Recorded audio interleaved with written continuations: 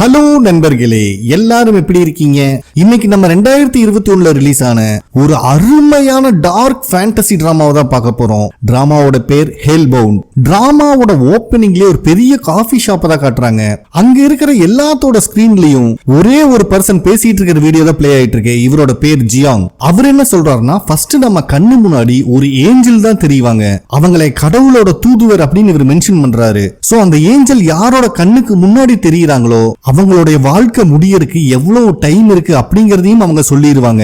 So அந்த time வந்ததுக்கு அப்புறம் எக்ஸிக்யூட்டர் அப்படின்னு சொல்லக்கூடிய 3 கொடூரமான மான்ஸ்டர்ஸ் பூமிக்கு வந்து அவங்களை கொன்னு அவங்களுடைய சோலை நரகத்துக்கு எடுத்துட்டு போயிடுறாங்க அப்படிங்கிற மாதிரி சொல்லிட்டு ஒரு வீடியோவை பிளே பண்ணி காட்டுறாரு. அதுல அந்த 3 மான்ஸ்டர்ஸும் இவர் சொன்ன மாதிரி அந்த டைம் காலாவதியான ஒருத்தங்களை புடிச்சு கன கொடூரத்துக்கு சம்பவம் பண்ணிட்டு இருக்கு. இந்த வீடியோவை பார்த்துட்டு இருக்கிற ஒருத்தன் இதெல்லாம் நம்புற மாதிரியாங்க இருக்கு, இந்த காலத்துல பொய்ய உண்மை நம்ப வைக்கிற அளவுக்கு கிராபிக்ஸ் வந்துருச்சு, சோ நம்மளை ஏமாத்துறாங்க, இதெல்லாம் நம்பாதீங்க அப்படின்னு சொல்லிட்டு இருக்கும் போதே இவங்களுக்கு பேக் சைடுல ஒருத்தர் ரொம்ப பதட்டமா உட்கார்ந்து இருக்கான். அவனோட கையில இருக்கிற மொபைல்ல டைம் ஓடிட்டு இருக்கு. இப்போ 1:19 ஆச்சு. அப்படியே பயபுல கொஞ்சம் கொஞ்சமா நர்வஸ் ஆகி அழுக ஆரம்பிக்கிறான். அப்ப கரெக்டா 1:20 ஆயிருது. ஐயோ வாழ்க்கை முடிஞ்சு போச்சா அப்படின்னு நினைக்கும் போது அவனுக்கு சுத்தி ஒண்ணுமே நடக்கல. அட என்னடா ஆச்சு அப்படின்னு நீங்க யோசிச்சுட்டே இருக்கும் போது இந்த மொத்த பிளேஸும் ஏதோ எர்த்குவைக் வந்த மாதிரி வைப்ரேட் ஆகுது. எல்லாருக்கும் என்ன நடக்குதுன்னே புரியல. சோ இவனுக்கு மட்டும் புரிஞ்சிருச்சு, ரைட்டு சைத்தான் சைக்கிள்ல வருது அப்படின்னு நினைக்கிறக்குள்ளுமே அந்த 3 மான்ஸ்டரும் கண்ணாடியை உடச்சுக்கிட்டு உள்ள வருது. அங்க இருக்கிறவங்கள கொலை நடுங்கி போயிடுறாங்க. வந்த 3 பேர்த்தோட மூஞ்சியை பார்க்கணுமே, அடடா என்ன அழகு, நல்லா கிங்காங்கும் ஹல்க்குக்கும் கள்ளத்தொடர்புல பிறந்த காஞ்சூரிங் மாதிரி இருக்கானுங்க. வந்த மான்ஸ்டர்ஸ் டைம் பார்த்துட்டு இருந்தான் பாத்தீங்களா, அவனை போட்டு பொலோ பொலன்னு பொழக்குது. அவனும் உயிர் பொழைச்சா போதுண்டா சாமின்னு கிடைச்ச கேப்ல பூந்து ஓடுறான். இதுவனும் விடுற மாதிரி இல்ல, விரட்டுன்னு விரட்டுது அவனைய. அங்க வேற ஒரே டிராபிக் ஜாமா இருக்கு. பயவுள்ள அங்க இருக்கிற ஒரு கார் கடியில போய் ஒளிஞ்சுக்கிறான். இந்த மான்ஸ்டருக்கு என்ன நினைச்சதோ தெரியல, அந்த காரை எல்லாம் காராசேவு மாதிரி நொறுக்கி தள்ளுதுங்க. இவனை தரன்னு வெளியே இழுத்து நம்ம ஹல்க்கு லோக்கிய துவைக்கிற மாதிரி சும்மா துணி துவைச்சு எடுக்குது இவனைய. இதுல ஒரு மான்ஸ்டர் இவனை இன்னொரு மான்ஸ்டர் கிட்ட வீசி அந்த மான்ஸ்டர் இவனை பஸ்ஸோட வச்சு ஒரு நசுக்கும் பாருங்க. சும்மா ரத்தம் தெறிக்க இவனை சித்திரவதை பண்ணுதுங்க. பஸ்ல இருக்கிறவங்க பம்பிடுறாங்க. கொஞ்சம் கூட ஈவு இறக்கமே பக்கமே இவனை நார கிழிக்குதுங்க. பாவம் குத்துயிரும் கொலையுருமா கிடக்குறான். அப்ப 3 மான்ஸ்டர்ஸ் இவன் மேல கைய வைக்கும் போது ஏதோ ஒரு எனர்ஜி கிரியேட் ஆகுது. அவ்வளவுதான், இவனோட சோலை அப்சர்வ் பண்ணிட்டு 3 மான்ஸ்டர்ஸும் அங்க இருக்கிற போர்ட்டல் வழியில எங்கேயோ தப்பிச்சு போயிடுறாங்க. இப்பதான் செத்து போனவனோட பாடியவே காட்டுறாங்க, எலும்பு கூடு மட்டும்தான் இருக்கு. அதுக்கப்புறம் போலீஸ் டிபார்ட்மெண்ட் இதை பத்தி டிஸ்கஷன் பண்ணிட்டு இருப்போம். லேட்டா ஒரு தவறா பாத்தீங்களா, இவரு தான் நம்ம டிராமாவோட ஹீரோ. இவனு இவ்வளவு சின்சியரா டிஸ்கஷன் பண்ணிட்டு இருக்கானுங்க. வந்தவன் காஃபி போடுறங்கிற பேர்ல எல்லாத்தையும் டிஸ்டர்ப் பண்றான். இது அங்க இருக்கிற கேப்டனுக்கு செம்ம காண்ட் ஆகுது. சோ அந்த கேஸை எக்ஸ்பிளைன் பண்ணிட்டு இருக்கிற ஆபீசர் இருந்துட்டு, இந்த ஆளுக்கு 36 வயசாச்சு, 2 வருஷத்துக்கு முன்னாடி டிவோர்ஸ் பண்ணிருக்கான், இவனுக்கு குழந்தைங்க கிடையாது. அந்த காஃபி ஷாப்ல இருந்து 15 மினிட்ஸ் சரௌண்டிங்ல தான் அவன் வாழ்ந்துட்டு இருக்கான். அது மட்டும் இல்லாம இந்த சம்பவம் பகல்ல நடந்தனால நிறைய விட்னஸும் வீடியோ எவிடன்ஸும் கிடைச்சிருக்கு. ஆனா இவனுக்கு யாரு எங்க இருந்து வந்தானுங்கன்னே தெரியலன்னு வீடியோ பிளே பண்றாங்க. இத பாக்குற போலீஸ்காரங்களுக்கு தூக்கி வாரி போடுது. அந்த சமயத்துல நம்ம ஹீரோ மொபைல் எடுத்து நோண்டா இன்டர்நெட் ஃபுல்லா இத பத்தி கிளியும் கிழிச்சு வச்சிருக்கானுங்க. இத பார்த்துட்டு இருக்கிற போலீஸ் சீஃப் செம்ம கான்ல ஹீரோ கடிச்சு விட்டுறாரு. அதுக்கப்புறம் போலீஸ் சீஃப் இத மொத்தமா 2 டீமா பிரிக்கிறாரு. கிரவுண்ட் ஒர்க் பண்றதுக்கு ஒரு டீமும், ஃபர்தரா இந்த கேஸை இன்வெஸ்டிகேட் பண்றதுக்காக ஹீரோவையும் அவரு கூடவே பக்கத்துல கண்ணாடிக்காரர் ஒருத்தர் உட்கார்ந்துருக்காருல, அவர் நம்ம கொலிகின்னு வச்சுக்கலாம், இவங்க 2 பேர்த்து கையில இருந்து அந்த கேஸை ஒப்படைக்கிறாங்க. சோ ஹீரோவும் கொலிகும் வண்டியில போயிட்டு இருக்கும் போது கொலிகாரன் நியூ டூத் அப்படிங்கிற ஆர்கனைசேஷன் பத்தி ஆன்லைன்ல படிச்சிட்டு இருக்கான். இது வேற எந்த ஆர்கனைசேஷன்ல ஃபர்ஸ்ட் சீன்ல எல்லாத்தோட லேப்டாப்லயும் ஒரு வீடியோ ஓடி இருக்கும். ஜியாங் ஒருத்தர் பேசி இருப்பாரு, அவருதான் இந்த ஆர்கனைசேஷனோட சிஇஓவே. அப்ப அவன் என்ன சொல்றான்னா, இந்த ஆர்கனைசேஷன் கடைசியா ஒரு 10 வருஷமா தான் இவ்வளவு டெவலப்மெண்ட் ஆயிருக்கு. அந்த ஆர்கனைசேஷனோட கொள்கையை தப்பு செய்யற மனிதர்களை கடவுளே வந்து தண்டிப்பார் அப்படிங்கிறது தான். எனக்கு என்னமோ இவனுக்கும் ஏரோ ஹெட் அந்த ஆர்கனைசேஷன் மாதிரி தான் இருப்பானுங்கன்னு சொல்லும் போது ஹீரோக்கே தூக்கி வாரி போடுது. யார் அந்த சைக்கோ கேங்கா அப்படின்னு கேட்கிறாரு. சோ மொத்தமா இங்க 2 ஆர்கனைசேஷன் இருக்கு. அந்த ஜியாங் சிஇஓவா இருக்கிறது நியூ டூத் அப்படிங்கிற ஆர்கனைசேஷன். அது இல்லாம ஏரோ ஹெட்னு ஒரு ஆர்கனைசேஷன் இருக்கு. இந்த ஆர்கனைசேஷன்ல இருக்கிறவனுக்கு மட்டும் இல்ல, அதை நடத்துறவனும் சைக்கோ தான். இவனுக்கு கடவுள் வந்து தண்டனை கொடுக்குங்கிற வரைக்கும் வெயிட் பண்ண மாட்டானுங்க. ஒருத்தர் மேல தப்பு இருக்குன்னு தெரிஞ்சா கேங்கா போய் பிரின்னு பிரிச்சுட்டு வந்துருவானுங்க. சோ கொலி இருந்துட்டு இந்த 2 ஆர்கனைசேஷனுக்கும் சம்பந்தம் இருக்கிற மாதிரி தெரியல. அது மட்டும் இல்லாம இந்த நியூ ட்ரூத் ஆர்கனைசேஷன் கடவுள் மேல ஒரு பயத்தை கிரியேட் பண்றாங்க, தப்பு செஞ்சா தண்டனை கிடைக்கும் அப்படின்னு. இப்ப இந்த வீடியோ எவிடன்ஸ் ரிலீஸ் ஆன உடனே மக்கள் இன்னுமே அந்த ஆர்கனைசேஷனை நம்ப ஆரம்பிச்சு ஆரம்பிச்சிட்டாங்க அப்படின்னு சொல்றாரு.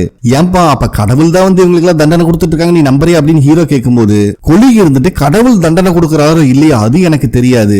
ஏன் இவ்வளவு கஷ்டப்பட்டு நம்ம எவ்வளவோ கிரிமினலை புடிச்சு கொடுத்துருக்கோம், அவன் கிரிமினல்ங்கிறது எல்லாத்துக்குமே தெரியும், இருந்தாலும் அவனு வெளியே வந்தது இல்லையா அப்படிங்கிற மாதிரி கேட்கும்போது ஹீரோவோட ஃபேஸே மாறுது. ஐயோ சாரிப்பா அப்படின்னு சைலண்ட் ஆயிடுறாரு. சோ ஹீரோவோட லைஃப்லயும் ஏதோ நடந்திருக்கு, அது என்னங்கிறத போக போக பார்க்கலாம். அதுக்கு நம்ம ஹீரோ இருந்துட்டு அவன் நல்லவனோ கெட்டவனோ உலகத்தை காப்பாத்துறதுக்காக பண்றானா இல்ல அவன் சுயநலத்துக்காக பண்றானாங்கிறது நம்மளுக்கு தேவையில்லை, கிரிமினலை புடிச்சானும் இதுதான் நம்ம வேலை அப்படின்னு சொல்லிட்டு ரெண்டு பேரும் இப்ப கிரைம் நடந்த ஸ்பாட்டுக்கு தான் வந்திருக்காங்க.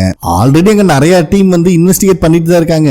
அப்ப ஹீரோ அங்க இருக்கிற ஒரு ஆபீசர் கிட்ட கேட்கும் போது, ஆனா நீ வேறடா, இது பகல்ல எல்லாத்துக்கும் கண்ணு முன்னாடி நடந்த சம்பவம், ஆனா இது சுத்தியும் இறந்து போனோட பிளட் மட்டும் தான் எங்களுக்கு கிடைச்சது, ஒரு எவிடன்ஸோ ஃபுட் பிரிண்டோ எதுவுமே கிடைக்கல அப்படின்னு சொல்லிட்டு இருக்கும் போது சைட்ல ஒரு கேங் பிரேயர் பண்ற மாதிரி சத்தம் கேக்குது. யாருப்பா அதுன்னு ஹீரோ விசாரிக்கிறாரு. ஆனா அவனுக்கு தாண்டா அந்த நியூ ட்ரூத் ஆர்கனைசேஷன் ரொம்ப நேரமா மைக் வச்சு கத்திட்டு இருக்கானு அப்படின்னு இவர் சொன்ன உடனே நேர ஹீரோ அங்கதான் வராரு. அப்ப அந்த ஆர்கனைசேஷனோட சிஇஓ ஜியாங் இருந்துட்டு அங்க இருக்கிற மக்களுக்கு ஆல்ரெடி நம்ம பார்த்திருப்போம் அந்த வீடியோவை பிளே பண்ணி காட்டுறாரு. இதே மாதிரிதான் 3 மான்ஸ்டர்ஸ் வந்து இவனை நாராசமா கிழிச்சு கனக்கொடூரமா கொன்னுச்சு. இது நடந்து கொஞ்ச நேரத்துக்கு அப்புறம் தான் இவன் வீட்டுல இருந்து 3 பாடியை போலீஸ் டிபார்ட்மெண்ட் கண்டுபிடிச்சிருக்காங்க. அதுக்கப்புறம் இன்னொரு எலும்பு கூட காட்டுறாரு. இது 7 வருஷத்துக்கு முன்னாடி கண்டுபிடிக்கப்பட்ட எலும்பு கூடு. இவனும் கொலை கொள்ளை அப்படின்னு நிறைய கிரிமினல் ஆக்டிவிட்டிஸ்ல இன்வால்வ் ஆனவன். அதுக்கப்புறம் இவர் இத்தனை நாள் கலெக்ட் பண்ணி வச்சிருந்த எல்லா எலும்பு கூட போட்டோவையும் போட்டு காட்டுறாரு. ஒருத்தன் தரமான பொருளை தயாரிக்காதவன், இன்னொருத்தன் குழந்தைங்க கிட்ட தப்பா நடந்துகிட்டவன், இந்த மாதிரி ஒவ்வொருத்தனும் ஏதோ ஒரு விதத்துல தப்பு பண்ணவனுக்கு தான். நம்ம எல்லாம் சாதாரண மனுஷங்க, நம்மளுக்குன்னு சில சட்டத்திட்டங்கள்லாம் இருக்கிறதுனால இவனுங்க எல்லாம் தப்பிச்சிடறானுங்க. சோ அந்த மாதிரி ஆளுகளுக்கு கடவுளே நேரடியா கொடுக்கற தண்டனை தான் இது. நரகம்னா என்ன அப்படிங்கறத கண்ணுக்கு முன்னாடி காட்டிட்டு தான் இவங்களுக்கு தண்டனையே நிறைவேற்றப்படுது. சோ இதுல இருந்து நம்ம தெரிஞ்சுக்க வேண்டிய விஷயம் ஒன்னே ஒண்ணுதான், உன்னுடைய வாழ்க்கைய சரியான பாதையில வழி நடத்து, இல்லனா உனக்கு மேலே ஒரு அப்பா இருக்கான், எப்ப வேணா உனக்கு ஆப்படிப்பான் அப்படிங்கிற மாதிரி சொல்லிடுறாரு. இத கேட்கிற ஹீரோக்கு சுத்தமா நம்பிக்கை வரல, அது வேற விஷயம். அதுக்கப்புறம் இந்த ஜியாங் கிட்ட இந்த கேஸ பத்தி விசாரிக்கலான்னு வரும்போதுதான் இந்த குரூப்ல ஹீரோவோட பொண்ணும் இருக்கிறத பாக்குறாரு. பைபிளுக்கு செம்ம காண்டாகுது. அவ வேற அப்பாவை பார்த்தோன்னே ஓட ஆரம்பிச்சிடறா. ஏமா உனக்கு எத்தனை டைம் சொல்றது, நீ ஸ்கூல்ல இருந்து நேரா வீட்டுக்கு தானே போகணும், என்ன பண்ணிட்டு இருக்க அப்படின்னு மிரட்டும் போதே கொலிக்காரன் அங்க வந்துடுறான். அப்ப அந்த பொண்ணு இருந்துட்டு நான் சும்மா தான் இங்க வந்து எனக்கு கிளம்புறேன்னு சொல்லிட்டு ஜியாங் கிட்டையும் சொல்லிட்டு போறான். சோ நம்ம ஹீரோட கோவம் இன்னும் அதிகமாகுது. ஏன்டா ஸ்கூல் படிக்கிற பொண்ணையெல்லாம் அந்த குரூப்ல சேர்த்து என்ன பண்றீங்க அப்படிங்கிற மாதிரி கேட்டு இருக்கும் போது அவங்க எல்லாருமே வாலண்டியர்ஸ், உங்க பெர்மிஷனோட தான் வந்தான்னு நினைச்சேன், சோ இதுக்கப்புறம் உங்க பொண்ணுக்கு நான் வார்ன் பண்றேன் அப்படிங்கிற மாதிரி சொல்லிடுறான். கொலிக் இருந்துட்டு இந்த கேஸ் சம்பந்தமா சில கொஸ்டின்ஸ் உங்ககிட்ட கேட்கணும் அப்படிங்கிற மாதிரி சொல்றாரு. தப்பா நினைக்காதீங்க, எனக்கு இன்டர்வியூ டைம் ஆச்சு, அந்த வேலை பேசிக்கலாம் அப்படிங்கிற மாதிரி சொல்லிட்டு ட்ரெயின்ல தான் டிராவல் பண்றான். இதுவே இவங்களுக்கு செம ஷாக்கா இருக்கு. ஏன்னா ஒரு ஆர்கனைசேஷனோட சிஇஓவே ட்ரெயின்ல போயிட்டு இருக்கான். அப்ப இவங்க மர்டரை பத்தி ஜியாங் கிட்ட கேட்கும் போது இதெல்லாம் கடவுளோட செயல், இத பத்தி எல்லாம் நீங்க இன்வெஸ்டிகேட் பண்ண முடியாது, நான் சின்ன வயசுல கத்தோலிக் ஆர்பனேஜ்ல தான் வளர்ந்தேன், அதுல இருந்தே ரிலீஜியஸ் அப்படிங்கிறது என்னோட லைஃப்ல ஒரு பார்ட்டாவே இருக்கு அப்படின்னு சொல்லிட்டு வரும்போதே ஒரு லேடி நம்ம ஜியாங்காக எந்திரிச்சு சீட்டு கொடுக்கறாங்க. பட் அவரு பெருந்தன்மையா வேண்டான்னு சொல்லிடுறாரு. ஆனா அந்த கம்பார்ட்மெண்ட்ல எல்லாருமே ஜியாங் பேரை சொல்லி பேசிட்டு இருக்காங்க. இத பார்க்கும் போது நம்ம ஹீரோக்கே புரியுது பைபிள்ல கொஞ்சம் ஃபேமஸான ஆள் தான், எல்லாத்துக்குமே அவன் மேல ஒரு நல்ல மரியாதை இருக்கு அப்படின்னு. அப்பதான் ஜியாங் அவரோட கதையை சொல்ல ஆரம்பிக்கிறாரு. இவருக்கு இந்த ஆர்பனேஜோட லைஃபே பிடிக்காம போச்சு. சோ ஒரு கட்டத்துல வாழ்க்கையவே வெறுத்து 20 வயசானதுக்கு அப்புறம் சூசைட் பண்ணலாம் அப்படிங்கிற ஒரு முடிவு எடுக்கிறாரு. அப்ப இந்த கொலிக் போலீஸ்காரர் ஏன் பர்டிகுலரா 20 வயசு செலக்ட் பண்ணீங்கன்னு கேட்கும்போது 20 வயசுல தான் ஆர்பனேஜ் விட்டு வெளியே வர முடியும், அதுக்கப்புறம் தான் சொந்த கால்ல நின்னு சம்பாதிக்கவும் முடியும், அதனால 20 வயசாகிற வரைக்கும் நான் அந்த வாழ்க்கையை கஷ்டப்பட்டு வாழ்ந்தேன், அதுக்கப்புறம் கொஞ்சம் காசையும் சேர்த்தி வச்சேன், ஏன்னா நான் செத்ததுக்கு அப்புறம் யார் கண்ணிலையும் படக்கூடாது அப்படிங்கறத என்னோட முடிவு. அதனால டிபேட் அப்படிங்கிற ஒரு பிளேஸுக்கும் போனேன். அங்க போற வழியிலேயே எனக்கு தெரிஞ்சு போச்சு செத்து போனதால பாடி கூட யாருக்கு கிடைக்காது, அவ்வளவு வாலண்டரிஸ் இருக்காங்க அப்படின்னு கழுகுதா சொல்லிட்டு இருக்காரு. ஒரு கட்டத்துல அந்த மலையோட உச்சியில போய் கதையை முடிச்சுக்கலான்னு பார்க்கும் போதுதான் இந்த 3 மான்ஸ்டர்ஸும் சேர்ந்து ஒருத்தனோட சோலை எடுத்துட்டு இருந்ததை நான் பார்த்தேன். இதுதான் ஃபர்ஸ்ட் டைம் நான் லைஃப்ல இவங்களை பாக்குறது. அதுக்கப்புறம் தான் நான் ஒரு முடிவு எடுத்தேன், இதுக்கு பின்னாடி இருக்கிற சம்பவத்தை கண்டுபிடிக்கணும் அப்படின்னு. இதுக்காக கிட்டத்தட்ட உலகத்துல எந்தெந்த இடத்துல எல்லாம் கடவுளோட ட்ரேஸ் இருக்குன்னு சொல்றாங்களோ அங்க எல்லாம் சுத்தியாச்சு. பட் ஒரு பீரியடுக்கு அப்புறம் தான் கடவுளோட விருப்பம் என்ன, நான் என்னதான் செய்யணும் அப்படிங்கறத யோசிக்க ஆரம்பிச்சேன் அப்படின்னு இவர் சொல்லிட்டு இருக்கும் போதே கொலிக்கார இருந்துட்டு அப்ப வெளியே இருக்கிறவங்க சொல்ற மாதிரி நியூ ட்ரூத் ஆர்கனைசேஷனுக்கும் ஏரோஹெட் ஆர்கனைசேஷனுக்கும் சம்பந்தம் இருக்கா அப்படிங்கிற மாதிரி கேட்கிறான். பட் அந்த மாதிரி எதுவுமே இல்ல அப்படின்னு ஜியாங் சொல்லிடுறாரு. அது மட்டும் இல்லாம மக்கள் நிறைய பேர் அப்படிதான் நினைச்சிட்டு இருக்காங்க. எங்களுடைய முக்கியமான குறிக்கோளே தப்பு செஞ்சா அதுக்குண்டான தண்டனை கண்டிப்பா கடவுள் கொடுப்பாரு அப்படிங்கிற ஒரு நம்பிக்கை மக்களுக்கு வரணும் அப்படிங்கிறது தான் அப்படின்னு இவர் சொல்லிட்டு இருக்கும் போது ஹீரோ இருந்துட்டு நீங்க கடவுள் மேல ஒரு பயத்தை கிரியேட் பண்றீங்க, இது தவறான வழி அப்படிங்கிற மாதிரி சொல்றாரு. ஆனா அதுக்கு ஜியாங் உங்க ஒய்ஃபை ஒருத்த மர்டர் பண்ணிட்டான் அப்படிங்கிற விஷயத்த உங்க பொண்ணு மூலியமா நான் கேள்விப்பட்டேன், ஆனா அவன் இப்ப தண்டனையில இருந்து வெளியே வந்து நல்ல சுதந்திரமா தானே சுத்திட்டு இருக்கான் அப்படிங்கிற மாதிரி கேட்கிறாரு. ஹீரோ கிட்ட எந்த பதிலும் இல்ல. அதுக்குள்ளேயும் ஜியாங்க இன்டர்வியூ பண்ற பர்சன்ஸ் எல்லாம் வந்துடுறாங்க. சோ இவரும் ஹீரோட மொபைலுக்கு ஒரு மிஸ்டு கால் கொடுத்து இதுதான் என்னோட நம்பர், வேற ஏதாவது கொஸ்டின் இருந்தா கால் பண்ணுங்க அப்படின்னு சொல்லிட்டு அங்கிருந்து கிளம்பிடுறாரு. சோ வீட்டுக்கு வந்த ஹீரோவும் ஜியாங்க பத்தின விஷயத்தை நெட்ல சர்ச் பண்ணி பாக்குறாரு. பைபிள்ல பிரேவ் சிட்டிசனுக்கான அவார்டெல்லாம் வாங்கியிருக்காரு. அந்த ஊர்ல சப்வே ஸ்டேஷன்ல யாரோ குதிக்க போனவங்கள மண்டை கழுவி காப்பாத்தி இருக்காரு நம்ம ஜியாங். அப்பதான் அதுல இன்னொரு நியூஸையும் பாக்குறாரு. லாயர் மின் ஹைஜின், இவங்க தான் இந்த டிராமாவோட ஹீரோயின். இவங்களை நம்ம மின்னு வச்சுக்கலாம். சோடோ லா ஃபார்ம் அப்படிங்கிற கம்பெனியோட லாயரா இருக்கிறவங்க நல்லது பண்றங்கிற பேர்ல நிறைய கல்பிரேட் உருவாயிட்டு இருக்காங்க, அதுக்கு எதிரான ஆதாரங்களை நான் சேர்த்துவேன் அப்படிங்கிற மாதிரி சொல்லியிருக்காங்க. அதாவது ஜியாங்க தான் டைரக்டா தாக்கி இருக்காங்க. அப்பதான் ஜியாங் கடைசியா ஒய்ஃபோட மர்டர் கேஸ பத்தி பேசின விஷயம் ஞாபகத்துக்கு வருது. பாவம் நம்ம ஹீரோ ஒரு நாள் டியூட்டில இருக்கும்போது வீட்டுல இருக்க ஒய்ஃப ஒரு சைக்கோ நாய் குத்தி கொலை பண்ணிருக்கான். இவரும் வந்து பார்த்து நொந்து போயிருக்காரு ஆளு. அதுக்கப்புறம் இருந்த எவிடன்ஸ் எல்லாம் வச்சு அரெஸ்ட் பண்ணாலும் ப்ராப்பரா நிரூபிக்கப்பட முடியாதனால 6 வருஷத்துல அவன் ரிலீஸும் ஆயிட்டான். அதைய நினைச்சு பார்த்து ஃபீல் பண்ணிட்டு இருக்காரு. நெக்ஸ்ட் சீன்ல நமக்கு ஒரு லேடியை காட்டுறாங்க. இவங்களுடைய பேர் பார்க். ஒர்க்க முடிச்சுட்டு வீட்டுக்கு வந்தா இவங்களுடைய 2 குழந்தைங்க, ஒரு குட்டி பொண்ணு பையன், 2 பேருமே இவங்களுக்கு பர்த்டே வாட்டுறக்க சர்ப்ரைஸ் பண்றக்க கேக்கோட பர்த்டே சாங் பாடி வெல்கம் பண்ணிட்டு இருக்காங்க. அந்த பையன் வீடியோ ரெக்கார்ட் பண்ணிட்டு இருக்கான். இத பாக்குறவங்களுக்கு செம சந்தோஷமா இருக்கு. திடீர்னு அந்த பையன் ஷாக் ஆகுறான். என்னடான்னு பார்த்தா அந்த ஏஞ்சல் இப்ப இவங்க கண்ணுக்கு முன்னாடி வந்து பார்க்கோட பேரை சொல்லி இன்னையில இருந்து 5வது நாள் மத்தியானம் 3 மணிக்கு நீ இறந்து நரகத்துக்கு போவ அப்படிங்கிற மாதிரி சொல்லிட்டு போயிடுறாங்க. இத கேட்கிறவங்களுக்கு செம ஷாக் ஆகுது. அதே நேரத்துல யூடியூப் லைவ்ல ஒருத்தன் பஞ்சவர்ண கிளி மாதிரி கூவிட்டு இருக்கான் பாத்தீங்களா, இவன் தான் அந்த ஏரோ ஹெட் டீமோட ஹெட். இவன் ஒரு கொடூரமான சைக்கோன் கூட வச்சுக்கலாம். இவனுக்கு நிறைய ஃபாலோவர்ஸ் வேற இருக்காங்க இவனே மாதிரியே. சோ அப்ப எல்லாத்துக்கிட்டையுமே கடவுள் தப்பு செஞ்சவங்களுக்கு தண்டனை கொடுக்க ஆரம்பிச்சிட்டாரு. ஆனா போலீஸ்காரங்க எப்படி ஒரு கடவுளை போய் அரெஸ்ட் பண்ண முடியும் பாருங்க. இப்போ கூட 3 மான்ஸ்டர்ஸ் வந்து ஒருத்தனை துவச்சு தொங்க விட்டுட்டு போயிருக்காங்க. சோ போலீஸ்காரங்க கடவுளை தேடுறதுக்கு பதிலா இவன் என்ன தப்பு செஞ்சாங்கிறத கண்டுபிடிச்சாங்கனாலே போதுமானது. அது மட்டும் இல்லாம தப்பு செஞ்ச ஒவ்வொருத்தரை பார்த்து ஏரோ ஓட ஆரம்பிச்சிட்டாரு கடவுள். அதனாலதான் நம்ம குரூப்போட பேர் ஏரோ ஹெட்னு வச்சிருக்கோம். சோ கடவுள் ஏரோ மட்டும் தான் விடுவாரு, நம்ம தான் தலையை வச்சு முட்டி தூக்க போறோம். இப்போ கூட ஒரு ஜேர்னலிஸ்ட் பேசியிருக்காங்க, கொஞ்சம் கேளுங்களேன்னு ஒரு வீடியோ பிளே பண்ணி காட்டுறான். அதுல அந்த ஜேர்னலிஸ்ட் இருந்துட்டு நிறைய பேர் கடவுள் அவன் செஞ்ச பாவத்துக்கு கொடுக்கப்பட்ட தண்டனையா பாக்குறாங்க. ஆனா இருந்தாலும் ஒரு பப்ளிக் பிளேஸ்ல நிறைய குழந்தைங்க கண்ணு முன்னாடி இவ்வளவு கொடூரமான ஒரு கொலை நடந்திருக்கு அப்படிங்கிற மாதிரி சொல்லிட்டு இருக்காரு. இதை இந்த ஏரோ ஹெட்னால ஏத்துக்கவே முடியல. தண்டனை அப்படிதான் இருக்கும், தண்டனைகள் கடுமையானால் தான் குற்றங்கள் குறையும். சோ மை டியர் சப்ஸ்கிரைபர், உங்க எல்லாத்துக்கும் நான் என்ன சொல்ல வரேன் அப்படின்னா, கடவுள் பனிஷ் பண்ற வரைக்கும் நம்ம வெயிட் பண்ணுங்கிற அவசியம் இல்ல, நம்மளே தண்டனை கொடுக்கலாம், அதுக்குண்டான ரைட்ஸ் நம்மளுக்கு இருக்கு. அதுக்காக தான் நம்ம இங்க எல்லாம் ஒண்ணு கூடி இருக்கோம் அப்படின்னு சொல்லிட்டு இன்னொரு வீடியோவை பிளே பண்றான். அதுல இதுக்கு முன்னாடி ஒரு ஜேர்னலிஸ்ட் பேசி இருந்தாரு பாத்தீங்களா, அந்த ஜேர்னலிஸ்ட தூக்கிட்டு வந்து வச்சு பொடச்சிருக்கானுங்க. பாவம் கண்ணெல்லாம் கட்டி போட்டு அட்டி பிரிச்சு மேஞ்சிருக்கானுங்க. இந்த குரூப்ல பொண்ணுகளும் இருக்காங்களாட்டு இருக்கு. ஏன்டா இப்படி எல்லாம் பேசினா உன்னை விட்டுருவோம்னு நினைக்கிறியாடா அப்படின்னு சொல்லி போடான்னு புடைக்கிறாங்க. அவனும் நான் கடவுள் இல்லைன்னு சொல்லிங்க, என்னை மன்னிச்சிருங்கன்னு சொல்லி கதறுன்னு கதறான். ஆனா மனசாட்சியே இல்லாம மானாவரியா அடிக்கிறானுங்க. இந்த வீடியோவையும் அந்த நாய் பிளே பண்ணி காட்டி ஒரு வழியா இந்த ஆளை அடிச்சு திருத்திட்டோம், இனிமேல் கரெக்டான வழியில போவான்னு நினைக்கிறோம் அப்படின்னு சைக்கோத்தனமா பேசிட்டு இருக்கான். சரி நண்பர்களே, சொன்ன மாதிரி எல்லாம் செஞ்சிட்டீங்க.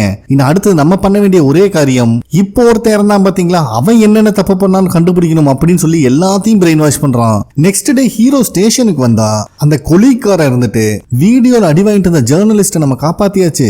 அந்த ஏரோ ஹெட் குரூப்ல நிறைய மெம்பர்ஸ் இருப்பாங்களாட்டு இருக்கு. இப்பத்துக்கு கையில சிக்கணும் 4 பொடுசுகளை தான் அரெஸ்ட் பண்ணி வச்சிருக்கோம். என்ன பண்ணாலும் யாருமே அந்த ஹெட்டை காட்டி கொடுக்க மாட்டேங்கிறாங்க அப்படிங்கிற மாதிரி சொல்லிடுறாரு. சோ ஹீரோவும் அடி வாங்கின அந்த ஜேர்னலிஸ்ட் தான் பார்க்க வந்திருக்காரு. கூடவே லாயர் இருக்காங்க ஹீரோயின். அப்ப அந்த ஜேர்னலிஸ்ட் வந்துட்டு நான் கார் எடுக்கிறதுக்காக பார்க்கிங்க்கு அண்டர் கிரவுண்டுக்கு வந்தேன், எவனோ என்னை எங்க இருந்து அடிச்சானே தெரியல, அதோட மயக்கம் போட்டு விழுந்துட்டேன். கண்ணை முழிச்சு பார்க்கும்போது என் கையை காலு கண்ணு வரைக்கும் எல்லாத்தையும் கட்டி போட்டு வச்சிருந்தாங்க அப்படின்னு சொல்லிட்டு இருக்காரு. அதே நேரத்துல அந்த அரெஸ்ட் பண்ணி வச்சிருந்த பொடுசு கிட்டே இன்வெஸ்டிகேஷன் நடந்துட்டு இருக்கு. எவ்வளவு மிரட்டி பார்த்தாலும் இவனுக்கு வாயை துறக்கிற மாதிரியே இல்ல. டே ஜெயிலுக்கு போயிடுவீங்கடா, உன் லைஃப் ஸ்பாயில் ஆகும்னு சொன்னா அதெல்லாம் எங்களுக்கு தெரியும், நாங்க இன்னும் மேஜர் ஆகல ராஜா, அப்படியே அனுப்புனாலும் ஜூனிவல் கோர்ட்டுக்கு தான் நீங்க அனுப்பி ஆகணும் அப்படின்னு ரொம்ப தௌலத்தா பேசிட்டு இருக்கானுங்க. பாவம் அந்த கொலிக் போலீஸ்காரருக்கு என்ன பதில் பேசுறதுன்னு தெரியல. அதே நேரத்தில் நம்ம ஹீரோ கிட்ட லாயர் இருந்துட்டு இந்த ஏரோ ஹெட் குரூப்பை சேர்ந்தவங்க இந்த மாதிரி டீனேஜர்ஸ் எல்லாம் தூண்டி விட்டு நிறைய கிரைம் பண்ண வைக்கிறாங்க, அதுவும் கடவுளோட பேரை சொல்லி. இதுக்கு நம்ம எப்படியாவது முற்றுப்புள்ளி வைக்கணும், நீங்க தான் கண்டுபிடிக்கணும் அப்படின்னு சொல்லிடுறாங்க. பட் ஹீரோ என்ன பண்ணுவாரு பாவம், இதுக்கு மேல உங்களுக்கு எந்த பிரச்சனையும் வராது, என் விசிட்டிங் கார்டு வச்சுக்கோங்க, ஏதாவது கால் பண்ணுங்க அப்படிங்கிற மாதிரி சொல்லிடுறாரு. கிளம்புறதுக்கு முன்னாடி கூட அந்த ஜேர்னலிஸ்ட் இருந்துட்டு அந்த 3 கிரியேச்சர் வந்துச்சுல அது என்னன்னு கண்டுபிடிச்சிங்களா அப்படிங்கிற மாதிரி கேட்கிறாரு. கண்டுபிடிச்சா இவனுங்க ஏன் இப்படி உட்காந்துட்டு இருக்க போறானுங்க, பாவம் ஹீரோ கிட்ட பதிலே இல்ல. அதுக்கப்புறம் ஹீரோயினை மீட் பண்றதுக்காக அந்த பார்க்குங்கிற லேடி தான் வந்திருக்காங்க. ஏன்னா அந்த ஏஞ்சல் தான் இப்ப இந்த லேடிக்கு 5 நாள் கெடு வச்சுட்டு போயிருக்கு. சோ அந்த வீடியோவையும் நம்ம ஹீரோயின் பிளே பண்ணி பாக்குறாங்க.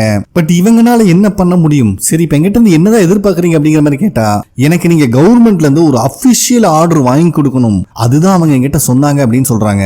யாருமா அந்த அவங்க அப்படின்னு கேட்டா, இந்த லேடி இங்க வரக்கு முன்னாடி ஜியாங்க போய் மீட் பண்ணிருக்காங்க. ஏன்னா இந்த விஷயத்துல எக்ஸ்பர்ட் அவரு தானே. பட் இப்ப வரைக்கும் இந்த விஷயத்தை தடுக்கிறதுக்கான வழிமுறை யாருக்குமே தெரியாது. அதனால ஜியாங் வந்துட்டு இதை லைவா டெலிகாஸ்ட் பண்றதுக்கான பர்மிஷன் வாங்கிட்டு சொல்லியிருக்காரு. இத கேட்கிற ஹீரோயினுக்கு தூக்கி வாரி போடுது.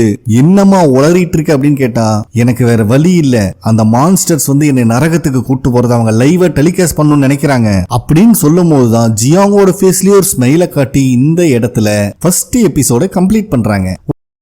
ஸ்டார்டிங்லயே பார்க் இருந்துட்டு அந்த மான்ஸ்டர் கையால இவங்க சாகிறத லைவா டெலிகாஸ்ட் பண்ணணும் அப்படின்னு அவங்க சொன்னதா சொல்றாங்க. இதை கேட்கிற ஹீரோயினுக்கு தூக்கி வாரி போடுது. ஹீரோயினோட சீனியர்லாம் அவனுக்கு மனுஷனுங்களா அப்படிங்கிற அளவுக்கு கழுவி ஊத்திட்டு இருக்காரு. சரிம்மா இதுக்கு எதுக்கு எங்களை பார்க்க வந்த அப்படின்னு கேட்டா, பார்க் இருந்துட்டு இந்த மாதிரி லைவா டெலிகாஸ்ட் பண்றதுக்கு நான் அக்செப்ட் பண்ணா 3 பில்லியன் அமௌண்ட் ஜியாங் தரதா சொல்லியிருக்காரு. சோ எந்தவித சட்ட சிக்கலும் இல்லாம என் குழந்தைகிட்ட அந்த அமௌண்ட் கொண்டு போய் சேர்த்திருங்க அப்படிங்கிற மாதிரி அவங்க சொல்றாங்க.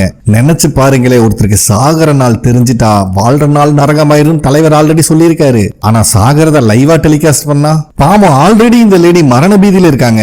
பட் நம்ம ஹீரோயின் இருந்துட்டு அப்படி எல்லாம் லைவா டெலிகாஸ்ட் பண்ணா நீ யாரும் ஃபேமிலி என்னங்கிறது எல்லாத்துக்குமே தெரிய வருமா, இது இன்னும் பிரச்சனையில் போய் முடியும்னு சொல்றாங்க. ஆனாலும் பார்க்க இதை ஏத்துக்கிற மாதிரி இல்ல. ஏன்னா நான் இருந்தாலும் பரவாயில்ல, அந்த பணம் என் குழந்தைங்களுக்கு இப்ப ரொம்ப ரொம்ப அவசியமானது, அவங்க ஃபியூச்சராவது நல்லா இருக்கட்டும் அப்படின்னு அவங்க யோசிக்கிறாங்க. இருந்தாலும் ஹீரோயினுக்கு இப்படி ஒரு காரியத்தை பண்றதுக்கு மனசே வர மாட்டேங்குது. அப்ப ஹீரோயினோட சீனியர் இருந்துட்டு நீங்க ஒண்ணும் கவலைப்படாதீங்க, நீங்க என்ன ஆசைப்படுறீங்களோ அதை நாங்க பண்ணி கொடுக்குறோம் அப்படின்னு வார்த்தை விட்டுறாரு. கடுப்பான ஹீரோயின் அவங்க சீனியர் லாயர் கூட வெளியே தனியா பேசுறாங்க. அப்ப அந்த சீனியர் இருந்துட்டு இது நம்மளுக்கு ஒரு நல்ல சான்ஸ், அந்த நியூ ட்ரூத் ஆர்கனைசேஷன்ல இருக்கவங்களா ஃப்ராடுகள் நம்ம நிரூபிச்சிடலாம், இந்த மாதிரி எல்லாம் சொல்ற டைமுக்கு மான்ஸ்டர் வந்துட்டு போகுமாமா, அவங்களுக்கு ஒரு வேலை இல்லையா அப்படிங்கிற மாதிரி கேட்கிறாரு. இருந்தாலும் ஹீரோயினுக்கு ஒரு பயம், சப்போஸ் அந்த மான்ஸ்டர் வந்துட்டா என்ன பண்றது அப்படின்னு கேக்குறாங்க.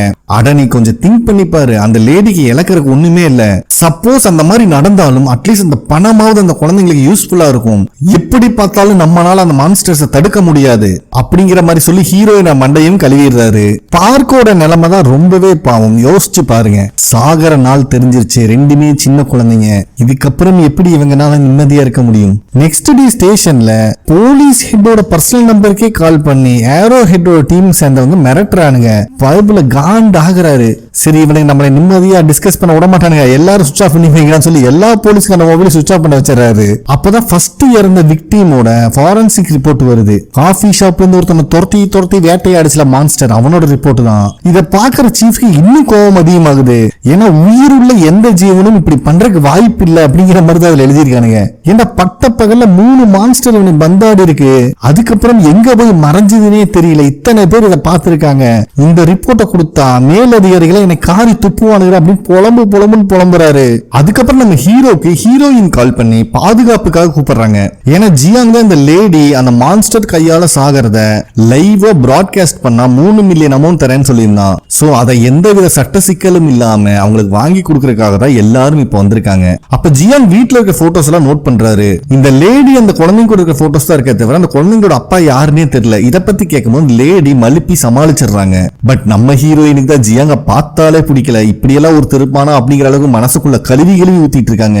ஏன்பா நீ பணத்தை செட்டில் பண்ணதான் வந்த, அவங்க அப்பா யாரா இருந்தா உனக்கு என்ன அப்படிங்கிற மாதிரி ஹீரோயின் சொல்லும் போது ஜியாங் இருந்துட்டு ஒருவேளை இந்த லேடியோட ஹஸ்பண்ட் கெட்டவனா கூட இருக்கலாம், அவரு செஞ்ச தப்புக்காக இந்த லேடிக்கு நரகத்துக்கு போற தண்டனை கிடைச்சிருக்கலாம்ல அப்படிங்கிற மாதிரி சொல்றாரு. இத ரூம்குள்ள இருந்து ஒட்டு கேட்டு இருந்த அந்த குட்டி பையன் வந்து ஜியாங்க கழுவி ஊத்திட்டு இருக்கா, எங்க அம்மாவை பத்தி பேசுறதுக்கு நீ யாரா அப்படிங்கிற மாதிரி. ஆனா இதெல்லாம் கேட்டுட்டு ஜியாங் சிரிச்சுக்கிட்டே இருக்காரு பாவம். அதுக்கப்புறம் அந்த லேடி நம்ம ஹீரோயின் கிட்ட நான் குழந்தைங்களுக்கு எதுவுமே சேர்த்து வச்சது கிடையாது, சோ எனக்கு ஏதாவது ஆனதுக்கு அப்புறம் தயவு செஞ்சு என் குழந்தைங்களுக்கு நல்ல வாழ்க்கையை அமைச்சு கொடுங்க அப்படிங்கிற ஒரு ரெக்வெஸ்ட் வைக்கிறாங்க. சோ ஜியாங்கும் சொன்னபடியே பணத்தையும் அந்த லேடி அக்கௌண்ட்டுக்கு மாத்திடுறாரு. அதுக்கப்புறம் ஜியாங் அங்க இருந்து கிளம்பிடுறாரு. ஆனா நம்ம ஹீரோயினோட சீனியர் கழுவி ஊத்திட்டு இருக்காரு. ஜியாங்க நல்லது பண்றங்கிற பேர்ல ஏன் இப்படி எல்லாம் பண்ணணும், இவங்களுக்கு எங்க இருந்துதான் பணம் வருது, ஃபர்ஸ்ட் இவனில புடிச்சு ஜெயில போடுங்க சார் அப்படின்னு புலம்புறாரு. அதுக்கப்புறம் நம்ம ஹீரோ அந்த குழந்தைங்களை எங்க செட்டில் பண்ணலாம்னு பிளான் வச்சிருக்கீங்கன்னு ஹீரோயின் கேக்குறாரு. சோ இன்னும் 2 டேஸ்ல நான் அந்த குழந்தைங்களை கனடாக்கு அனுப்பிடுவாங்க, என் கசின் இருக்காங்க, அவங்க நல்லபடியா பாத்துக்குவாங்க.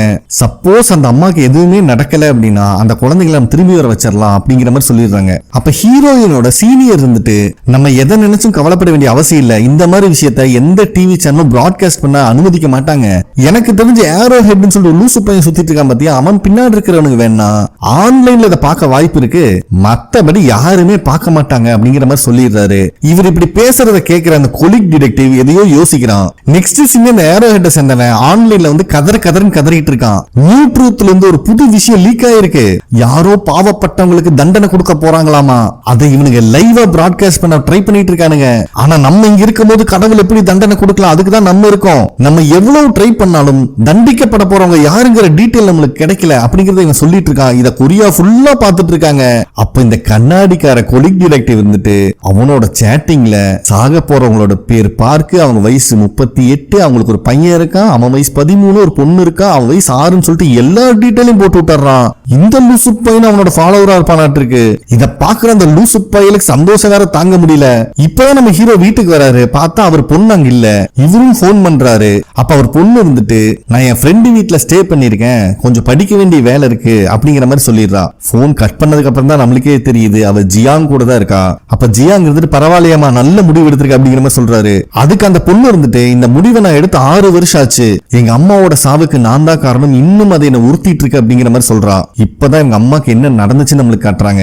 ஆக்சுவலா இந்த பொண்ணு கிளாஸ்ல இருந்து வரும்போது ஸ்டேஷனுக்கு போய் இவங்க அப்பாட்ட ஒரு ட்ரெஸ்ஸை கொடுத்துட்டு அதுக்கப்புறம் வீட்டுக்கு வர சொல்லியிருப்பாங்க. ஆனா இவ குட்டி பொண்ணா இருக்கிறனால அங்க கடையில இருக்கிற நாய்களை எல்லாம் வேடிக்கை பார்த்துட்டு கொடுக்காமயே வீட்டுக்கு வந்துடுறா.